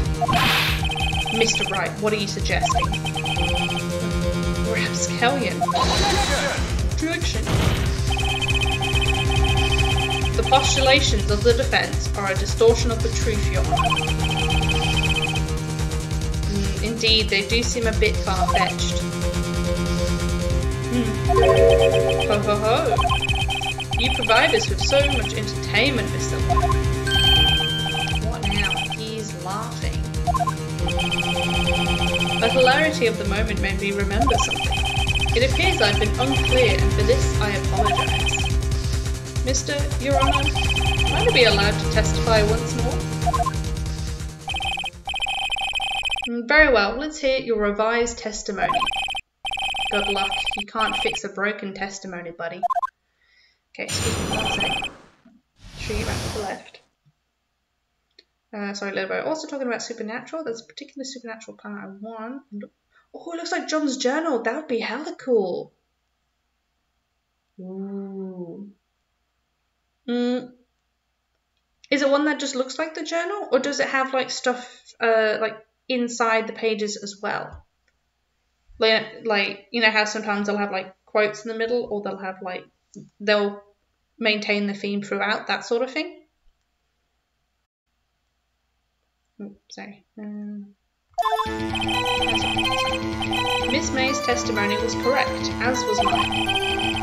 When you assaulted the girl, she first ran to the left. And then you hit her savagely. That is what I saw. Next, with the last of her strength, she ran to the right.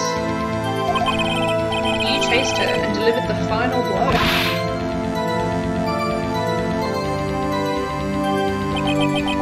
That is what Miss May saw. You see, you hit her twice. Don't you remember, Mr. Lawyer? Okay. That does seem to make sense. Will you be cross-examining the witness's testimony? Of course. You bet I will. I mean, yes, Your Honor. Okay.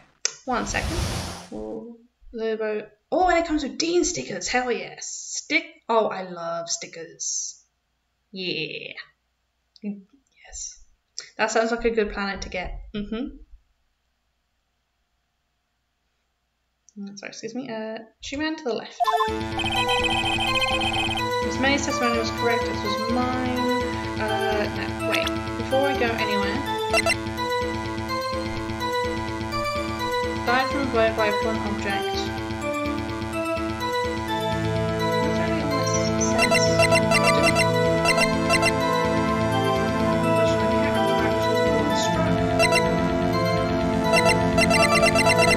Say how many times she was hit.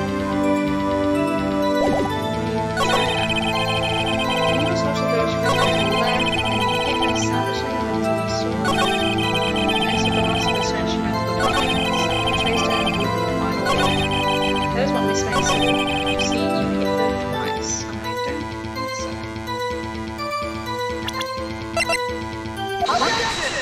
so. Objection!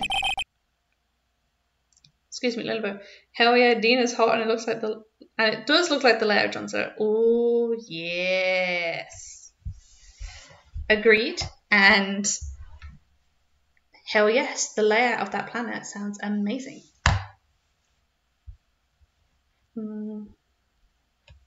But yeah, if you do ever get around to getting it, hell yes, wise decision. Mr. White. The victim died from a single blow. Died from a blow. Yeah, that works. What do you have to say to that? Now's my chance to hit him where it counts. Mr. White, wasn't it you who told this court you were absolutely perfect? I will refrain from using this phrase from now on. Your Honor, if you could ask the witness for a new testimony. Objection. The witness is obviously confused, Your Honor. I would like to request a 10-minute break. Yes, quite. Objection. The witness is confused because he's lying. I emphatically request that there be no break, Your Honor. Yeah, we want justice. Don't let him get away with it. Very well. If the witness would care to revise his testimony. The crowd's on my side. No slipping out of this one now, White. No, sorry, excuse me. Oh, the planet's a lot of money, but you'll treat it like your baby. Hell yeah. But, I mean, yeah, if you really want it, then obviously, yeah, it makes sense that it'll cost a bit of money. All those licensed stuff usually do, unfortunately. But yeah, if you want it, get it. And then, yeah, you cherish that bad boy. You cherish that bad boy. Sorry, excuse me. Mr. White. Oh, okay. He's not sure anymore. 2 accounts. Well, see, I looked at the other window when I heard that thing fall. Then the next moment, I saw Miss Mia run to the left. The killer, you attacked her, but she dodged. And then she turned and ran for the door. Then you did her in with a single blow. What?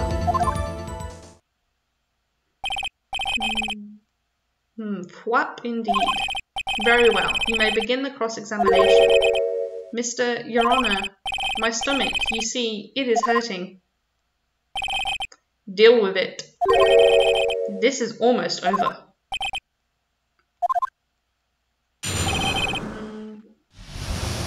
From the other window, we have that. Oh, excuse me.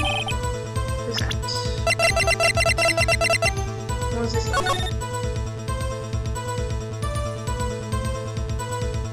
There's only one window on there. Those two dark gaps are the blinds, aren't they? So there is no other window. Oh, so yeah, wait, I need to bring that out. Oh, no. No, okay. You heard that thing before. What exactly was that thing? Oh, but that, the glass light stand. Right, the one that had fallen over at the scene. Felix, doesn't something about that strike you as odd? Yeah, that is odd. I'll press further. Oh yeah, if he heard it from the hotel room, Miss May would have as well and put it in her testimony. Mr. White. Huh? What? You're saying you saw the glass light stand? Yes. Then change your testimony to reflect that. Sorry, my bad. The witness will revise his testimony, like what, a 4th time now? Okay, of course. A light stand was lying on the floor when I looked. And the next moment I saw Miss Mia run to the left.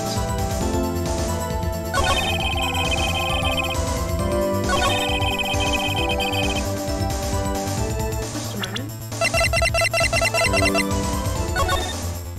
If she ran left, she would have been in all those shards of glass from it being on the floor.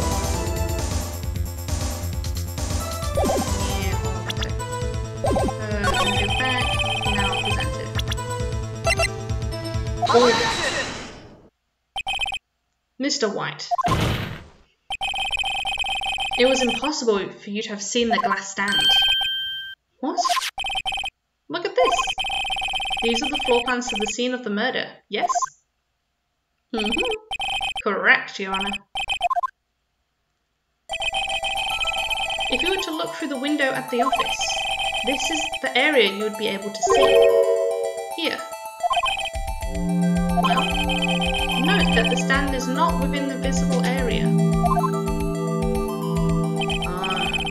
So my logic was flawed. Okay, it still works. Okay. Well, Mr. Wright, what do you have to say to that? Ridiculous.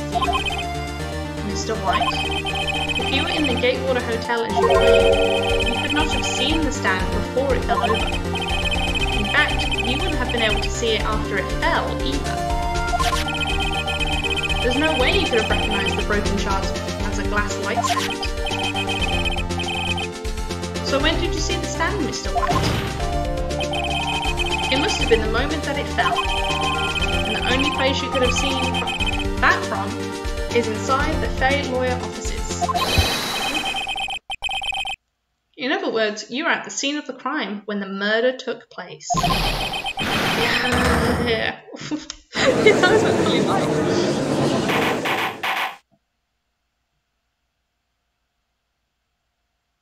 He's twitching, so he's still alive. Mr. White? Mr. White? You did it, didn't you?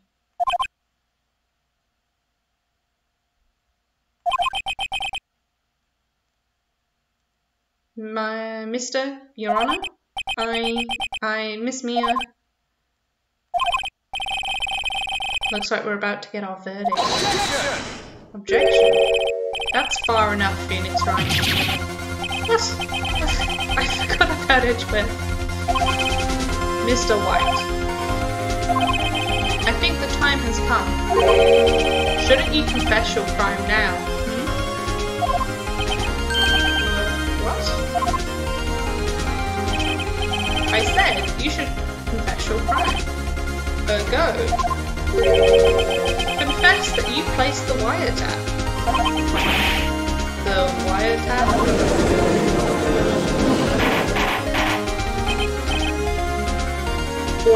Order. Mr. Edgeworth, explain to the court what you mean by this.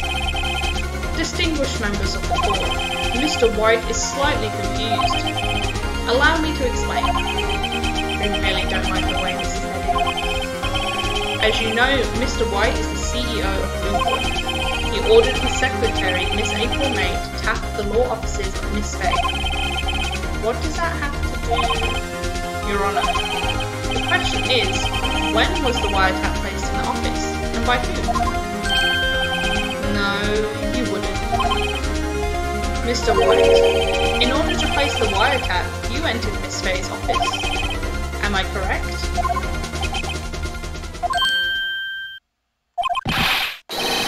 Correct. You are most correct, Miles. Give me a break. Yes, in order to place the wiretap, I breached the Fay & Co. law offices. That is when I saw that accursed light stand.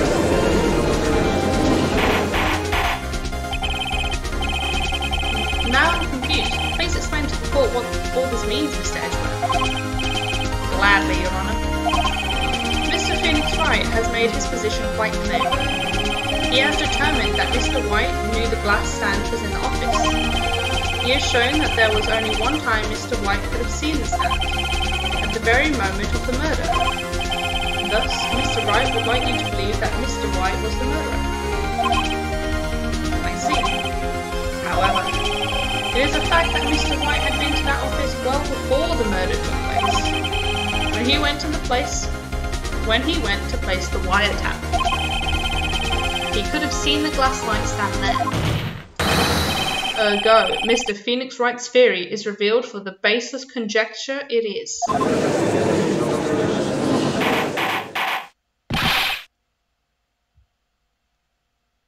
Mr. White, you will testify to the court about this wiretapping. He's got the sparkle back. Leave it to me. I feel faint. The wiretap. It was the beginning of September, the week before the murder. I had entered the Fay & Co. law offices. Of course, I had done so to place the wiretap. That is when I saw this glass light stand.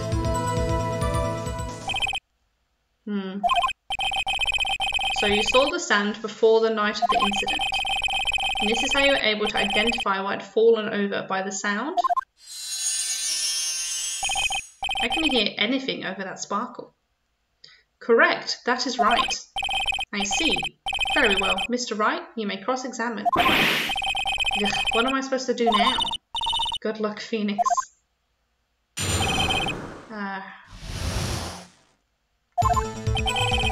It was the beginning of September, the week before the murder. It entered the Fay & Co. law offices. Of course I had done so to place the wiretap. That is when I saw this glass light stand. Damn it, there's nothing there for me to press him on. Oh well, maybe he's rattled enough that I can bluff something out of him. Yeah, so you can press it then. Do you have proof? Miss April May knew the details of Miss Fay's phone conversation. This proves that the wiretap was placed before the murder. Right. Oh wait, no, that was already on the second one. One of these will work. Was it really you that went into the office? Or was it Miss May? Unidentified fingerprints several days old were found in the Fay & Co. law offices. Those were obviously Mr. White's. It's convenient you bring that up now, Edgeworth. And if I know Edgeworth, he's already run a check on those prints. Now, Mr. White, tell us why you went to Fay & Co. law offices.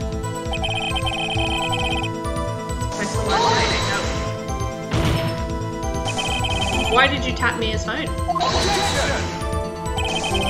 This has no bearing on the current case, Your Honour. Blue Corp is a detective agency of sorts. We have a responsibility to protect client confidentiality. That is when I saw the complaint. No. Why did you notice something as innocuous as a light stand? The light stand was made entirely out of glass. It was quite stylish, so I guess it was made a lasting impression on me. Such a beauticious thing deserves attention, does it not? That is all. Damn it, there's nothing there for me to press on. Oh, well, maybe it's wrapped around like a crowd or something? It's the beginning of September, the week before the murder. Into the offices. Suppose I've done so like the client's hand. Uh-oh, don't tell me I've run out of ammo. What? Tisk tisk. I'm afraid that's as far as you go, Mr. Wright. The time has come for you to admit your defeat. You fought honourably. No more. I can't take this anymore. Mr. Wright, are you giving up? Yes, Your Honour. Phoenix! Phoenix, over here! I know that voice. Mia? Never give up, Phoenix. Okay, we're talking to a ghost. Mia?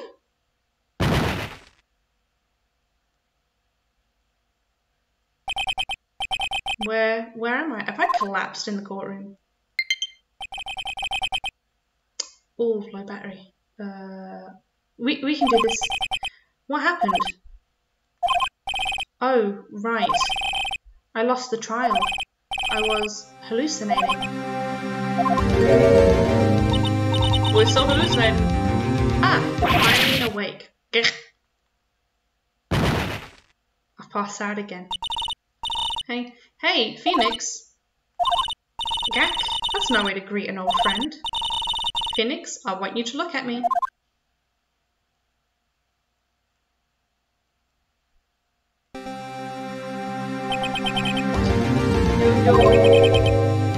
What? Don't you know the Fae women have a strong psychic powers? Does she physically transform when she channels someone? When you accepted your defeat in court, it appears that was enough of a shock to awaken Maya's true power.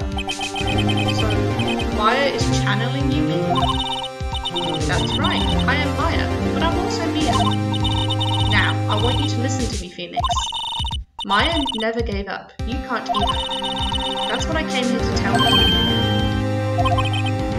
But we don't have much time, Phoenix. Now listen. You've already won.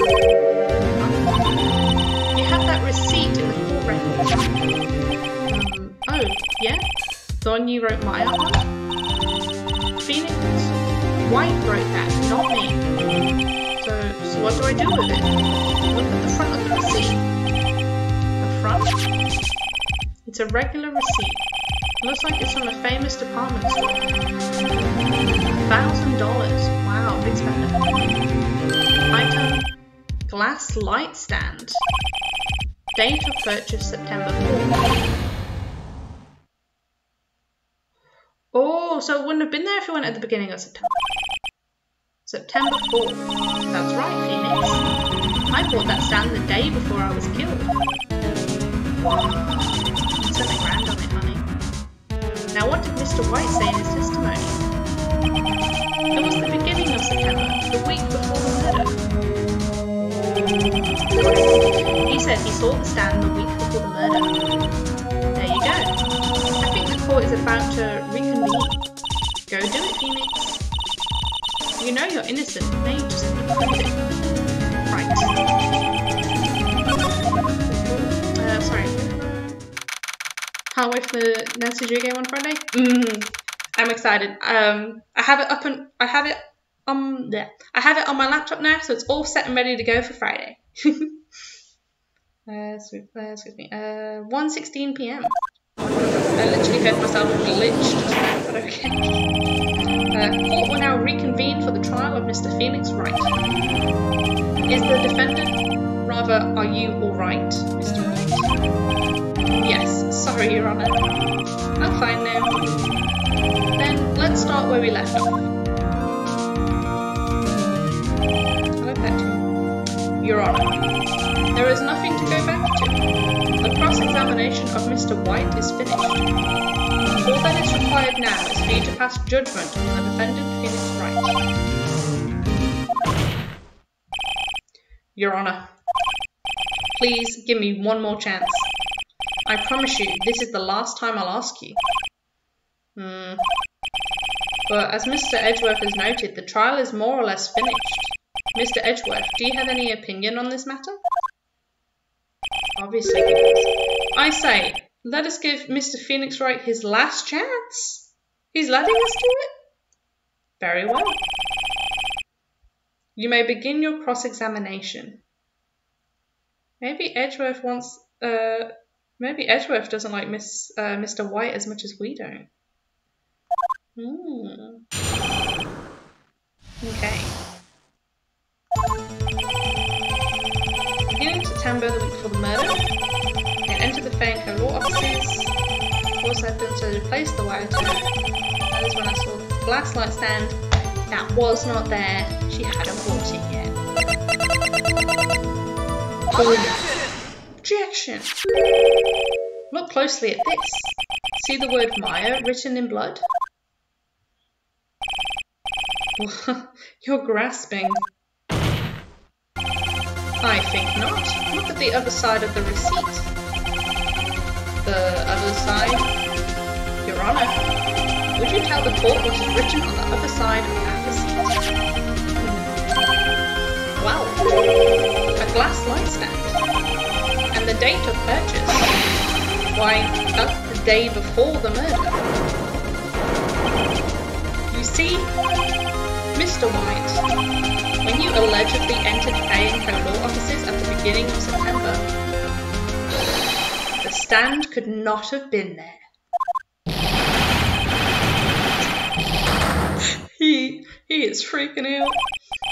Well, Mr. Wright, can't get out of this one, can you? No, it's impossible. Uh-oh, he's losing it.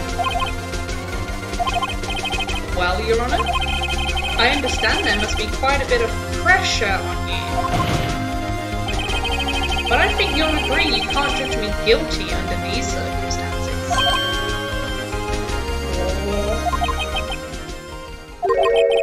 Very well. Then that is all for the trial of... Objection. Not so fast, Felix Wright. What? No, wait. Where must I out of this one? Oh wait, I forgot. It's Edgeworth. There is a certain shred of logic to the defendant's claims. However, there is no concrete proof that Felix Wright is innocent. No. I would like to request one more day before Felix Wright is granted his freedom. I need time to make one more inquiry into this matter. Another inquiry? This isn't going to be another one of those updated autopsy records. This guy just makes up evidence as he pleases. Is it bad? Obviously not. Mr. White's guilt is obvious. There is no need to prolong this trial any further. Well, Mr. Edgeworth? If anyone is going to call Mr. White's trial, it would be me, the prosecution. I need a day to ascertain whether these new claims have any basis in factual evidence. I see. Objection denied. What? The completion of the trial of Mr. Felix Wright will be postponed until tomorrow. No, there's no telling what will happen if I can't end this now. Edgeworth is sure to come up with or just make up something. And after Mia showed up to help me and all... Mr. Your Honor. May I go home? Of course. Thank you for your time. The witness will stay. But Mia? Phoenix? Read this note out loud. Mia, what's this? A list of people's names in Mia's handwriting. Your Honor, if I may. You're quite persistent today, Mr. Wright. Well, of course, you're trying to say I'm guilty. You bet I am. My life is riding on this one. Exactly. I have something I would like to read to the court. Okay, where's this memo?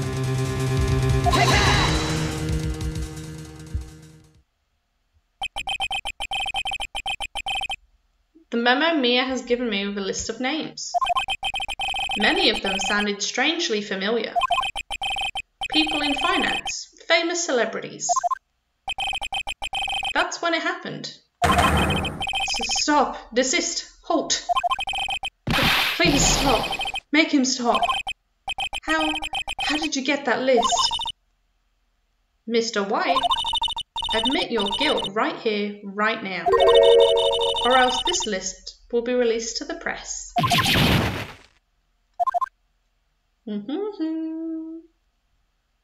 I confess. I confess. I did it. I hit her. I hit Miss Mia with the finger.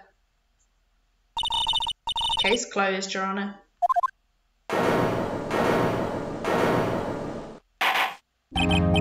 Well, I see no reason to continue this trial. Mr. Wright? Yes, Your Honour? You've done it again. That was quite a spirited defence. Yes, Your Honour. I guess you could say that. If only you knew how spirited it was. Well, this court finds the defence, the defendant, Mr. Felix Wright, not guilty.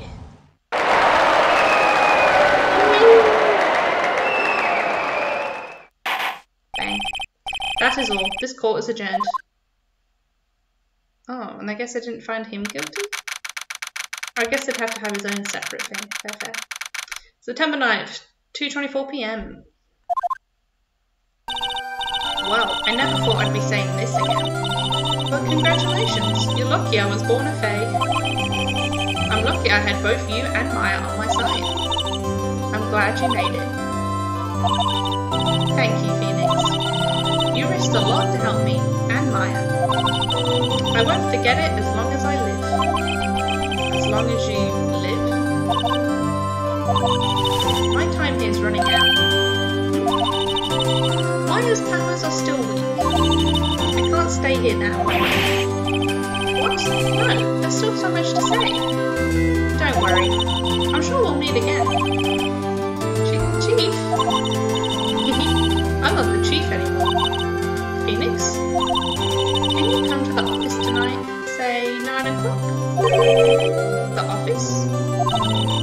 I'll see you later. Chief, Mia?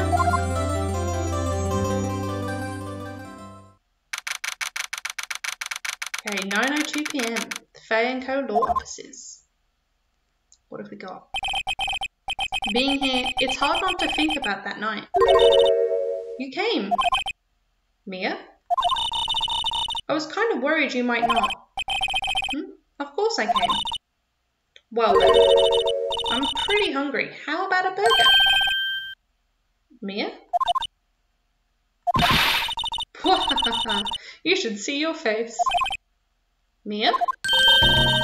What are you talking about? It's me, Maya. Maya? What? Did I look like my sister? Look like you were her. I might be able to use that. Oh, Phoenix, go to the store and buy me lunch, would you? Maya, why are you here?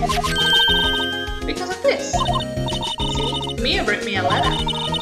Take care of Phoenix for me. Take care of... Huh?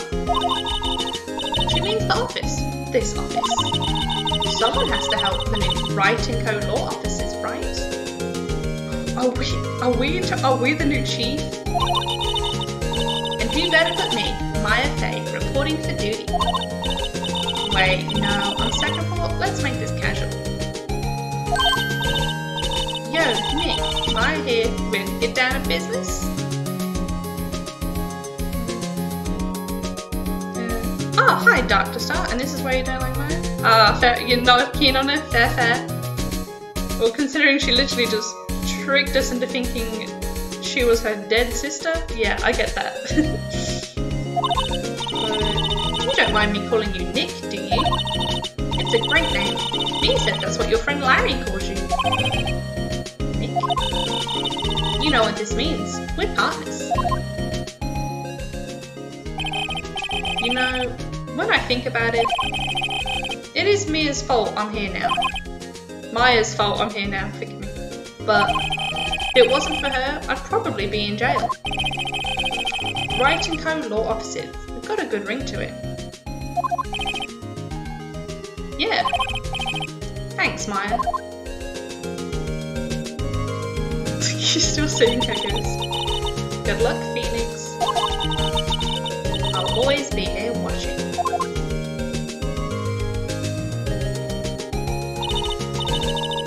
Right, okay, Nick, let's do this. Let's do it. Do what? Burgers, dummy. Burgers. There's a great burger joint just down the street. Come on, time's a wasting. Oh, okay. Wait up. The end. So that wraps up case 2. And a brand new episode has been added. It looks like samurai mechas. Okay, that sounds pretty cool. Okay.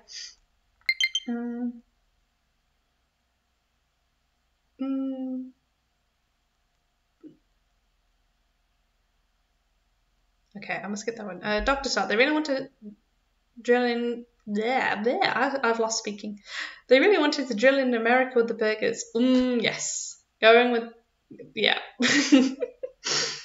But then again, America has some pretty good burger joints.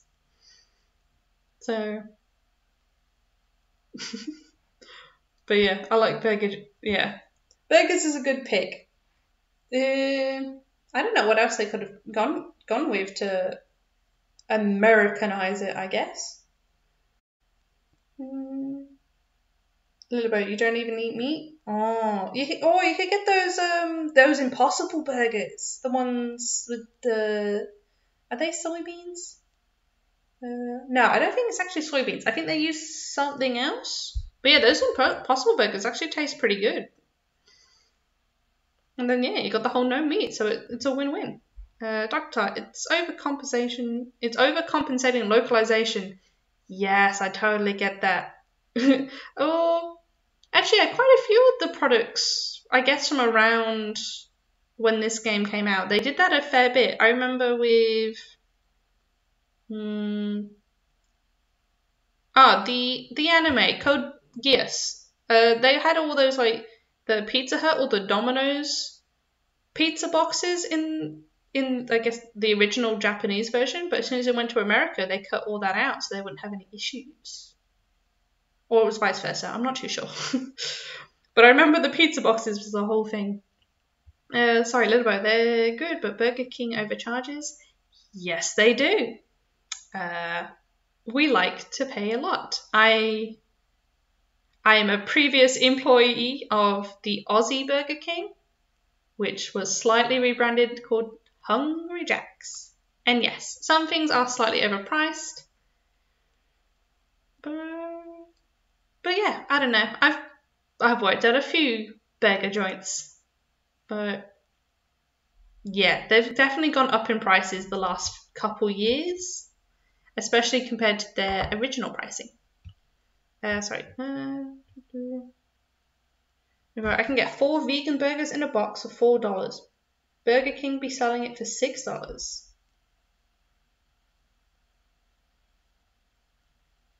Well, are they only...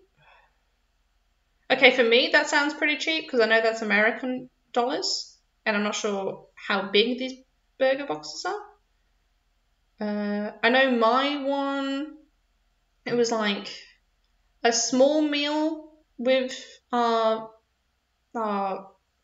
I guess our soybean version patty was around $8.95 Aussie dollars.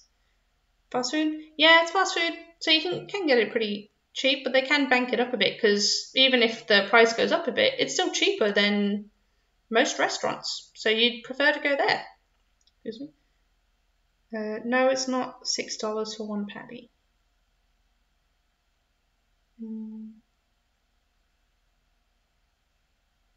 Oh, so it's not $6 for just the burger. It's purely for the patty, you mean?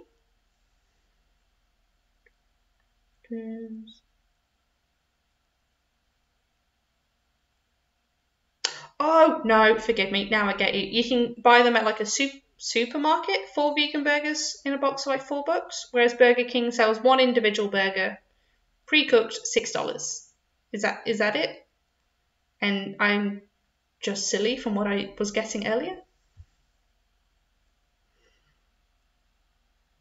Oh, sorry. I am going to plug in my controllers before they completely die. You're hearing some clicking. Forgive me.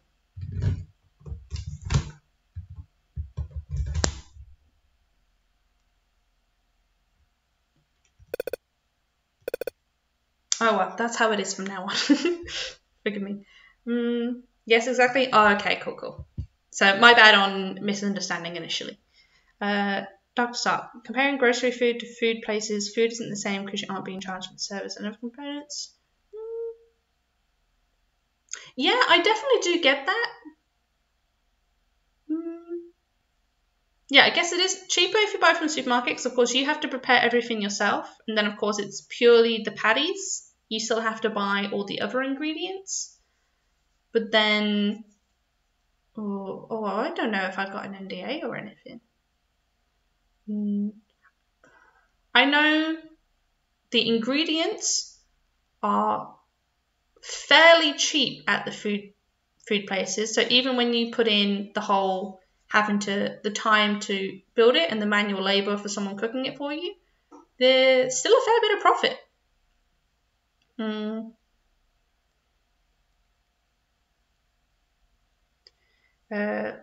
Lilibo, I had the Impossible Burger from Burger King. I didn't think it was that great.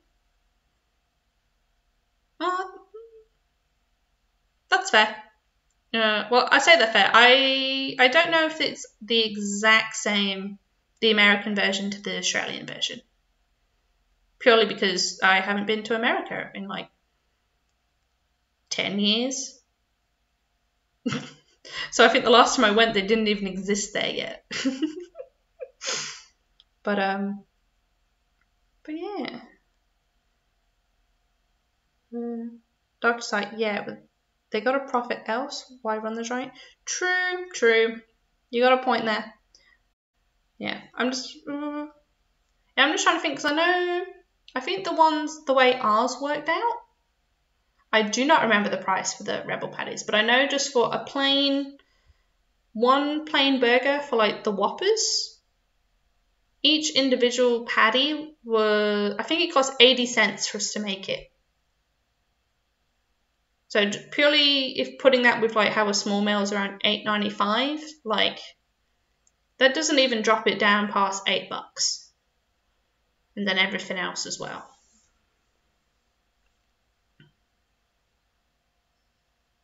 Also, sorry, I realise my eyes are being weird, but that's because I've got it calibrated for my TV and not my laptop. So me looking at the laptop makes it look funny. Forgive me.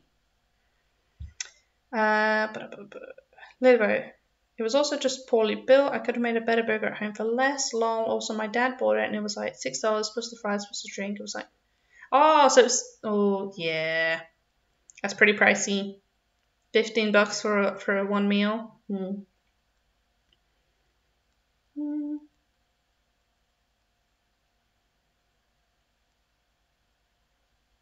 Yeah, that's definitely pretty pricey. Dr. Site, yeah, that's the thing.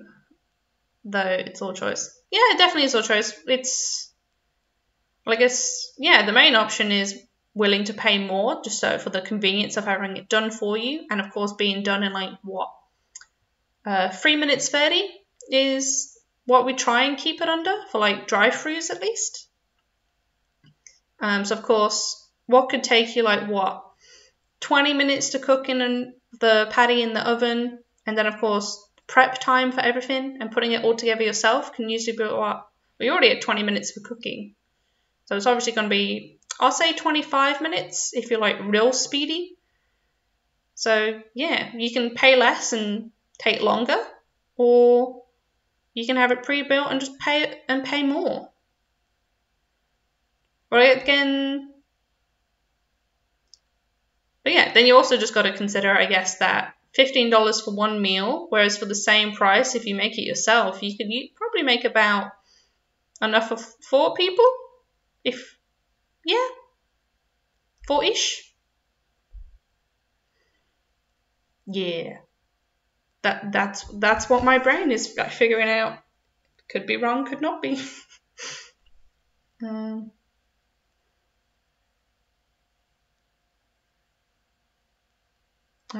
Libo, oh no, your dad was being an ass. He was like, I want to see the craze, and then because I'm a vegan fan, he was like, how much could make this whole meal for store-bought vegan patties? I was like, $8 tops. Well, I mean, you're right. If the burger itself is $6, that's true. Like, he didn't ask you how much it was in a meal. So, yeah.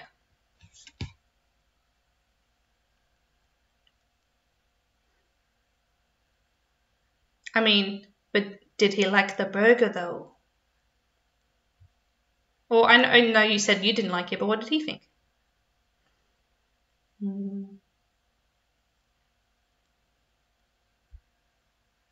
I know, I'm not a fan of it.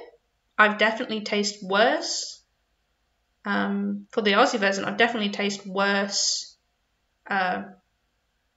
no meat patties before.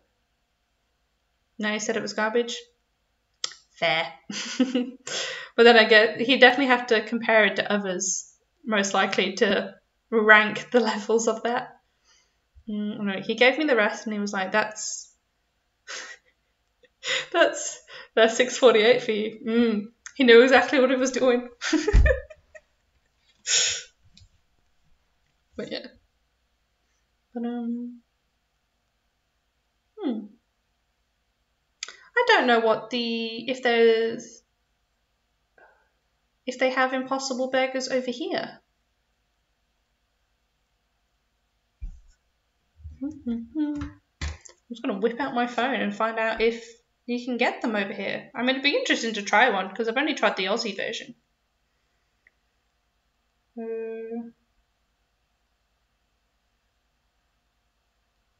Forgive me, my phone is taking 10 years to load Google, apparently. Japan, Burger King. Impossible Burger.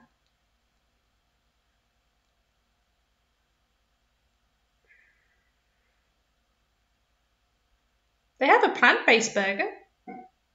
I'm not sure if it's still the Rebel version. The Rebel, which I'm used to, or if it is that Impossible one. But it came out last year, apparently. Apparently it's version 2. Try and make it fancy by putting in the version 2 there.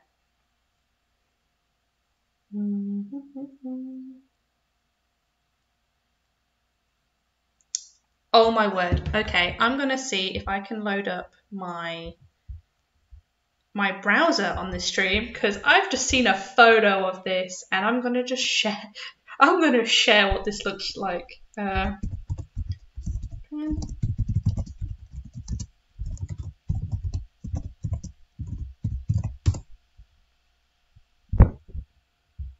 Oh, we got it. Okay.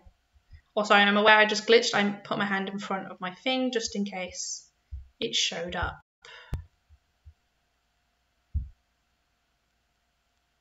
Dun dun dun dun.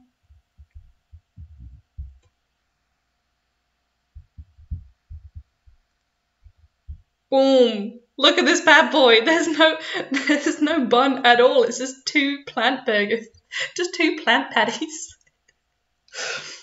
But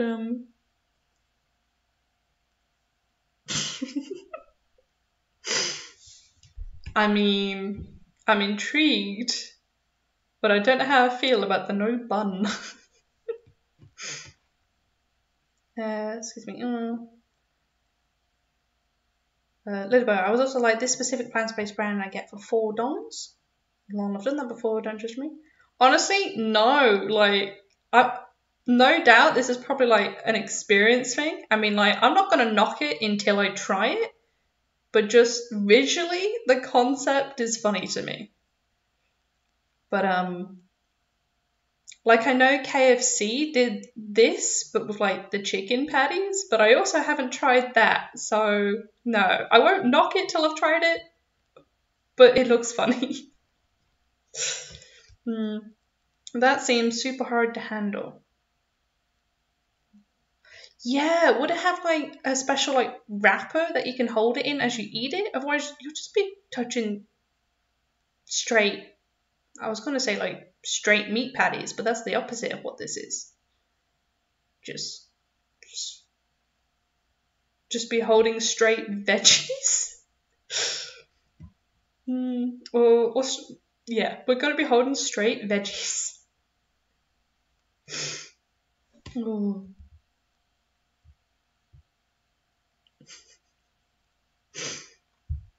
Sorry, I'm easily amused by my stupid humour. As Lilybo has become aware with the silly things I giggle at along the way.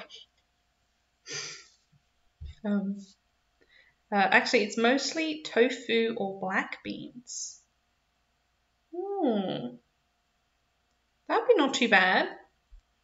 I've definitely joined on to the whole tofu craze. It tastes good. I especially love it in like miso soups. And black beans are just bomb, especially in like burritos. Hell yeah. I'll take that combo. Exactly. The Mac and Daddy computer.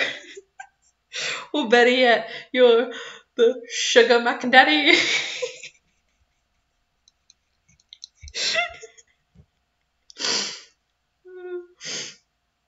Dr. Star, you're not a beans person, but you can eat them, but you don't like them. Yeah, that's fair enough. Sorry, I'm just... Sugar McDaddy. I'm sorry.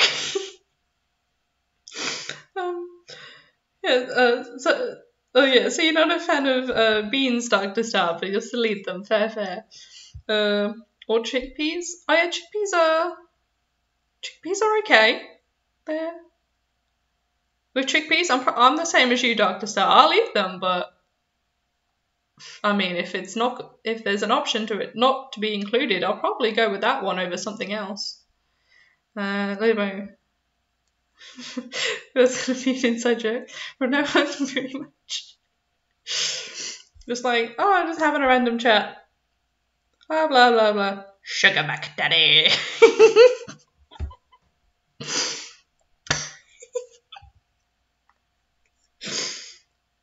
I have the maturity of a child. I've been hanging around high school kids too long.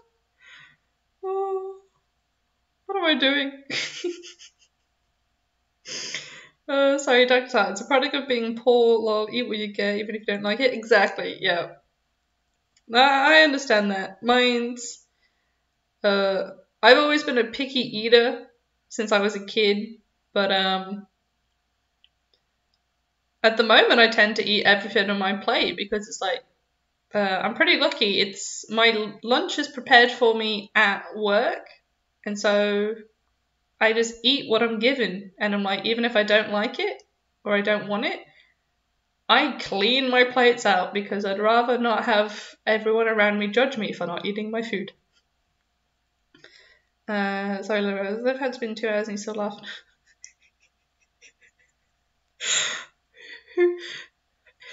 Hey, it's only been 2 hours. Of course I'm still laughing about the Mac and Daddy computer. But it might also just be because I'm hitting that tired stage. It's what is it? It's 12:47 a.m. right now. So I'm on peak giggle mood.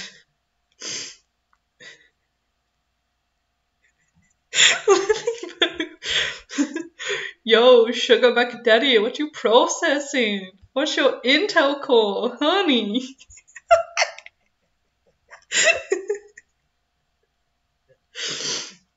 Oh.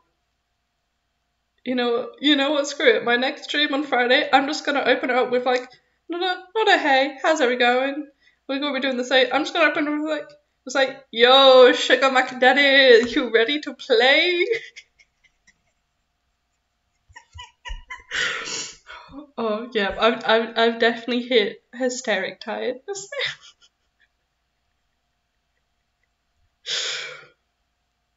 Oh, oh, oh. You should have that as a command.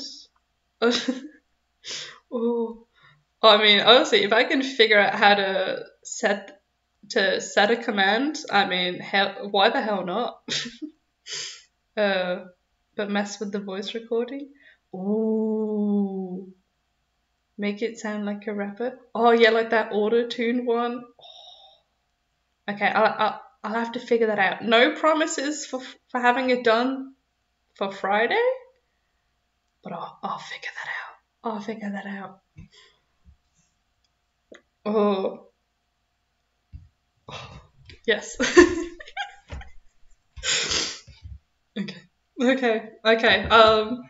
Yes. I'll work on that I'll work on that in the background when I'm meant to be at work. It'll be fine. Oh. Thankfully, no one's too fussed when I do just like side projects when I'm at work. They're usually like, oh, you're not teaching a class right now. Oh, you're only an assistant. You don't actually have to prepare anything. Be on your way. I remember one point I had 2 teachers just come to check in with me to see how I was going. And I was reading the kids' book. And they walked over and they're like, isn't that made for like 6-year-olds? Why are you reading that? I'm just like, I'm trying to read it. Yeah, this is awkward. And they're like, okay, read this paragraph, read it. And oh my lord, I like stammered the whole way through that paragraph. I could only half read that stuff. Excuse me. Little bit. Oh, I'm almost there. Almost there, practically. Anyways, gonna go make your mac and cheese, and it's late for me.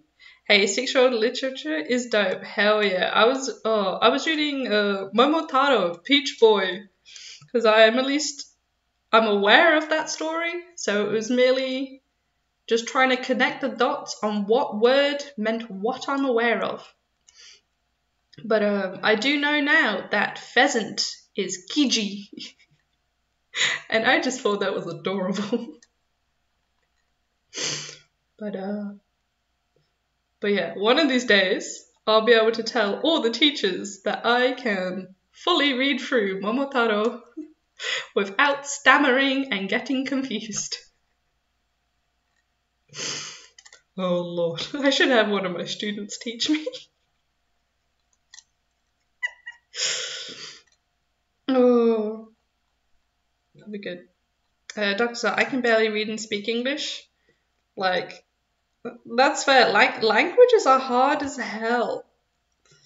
Like, I'm trying to teach English, and I get confused on what I'm trying to make these kids understand at times. Like, add doesn't help. ADD doesn't help. Forgive me. She's past silly tiredness, just a little. But yeah, no. I also had the fun today. I had to do tongue twisters with my students. Teach them. I had to say tongue twisters in English.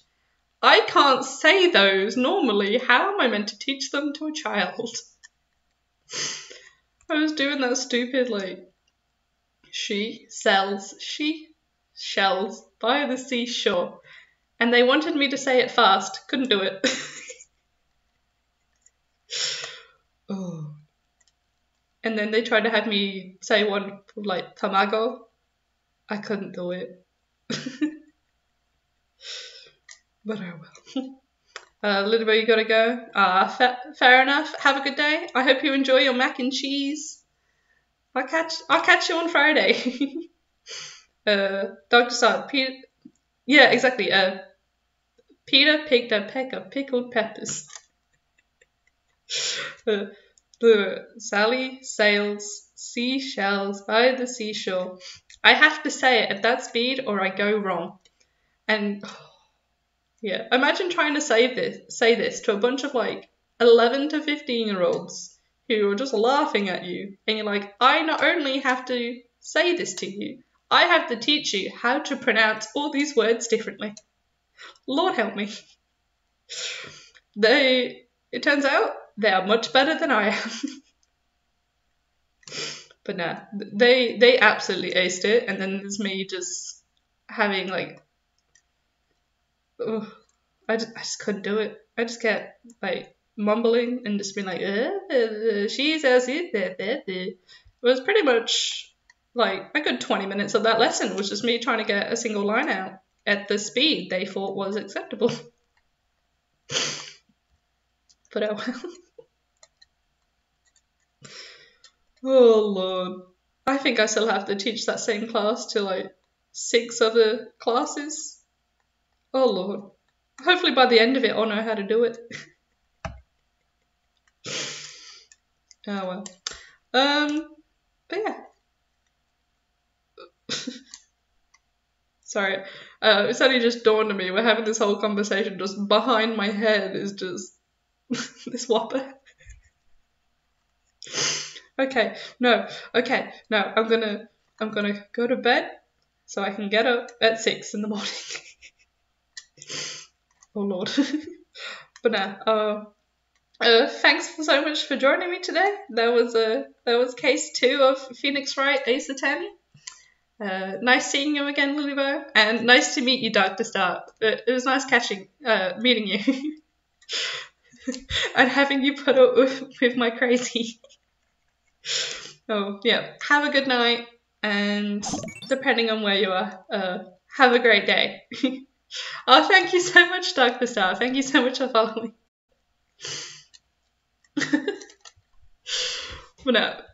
No, thank you so much. That's really kind. Yeah, I'll be back. Yeah, I'll be back on Friday. I'll be doing an Nancy Drew game again. I'll have it for 10 p.m. JST. So I know in New York it will be 9 a.m. And yeah, hopefully that's enough information for you, Dr. Start. So if you would like to catch in with that, you'll know what time.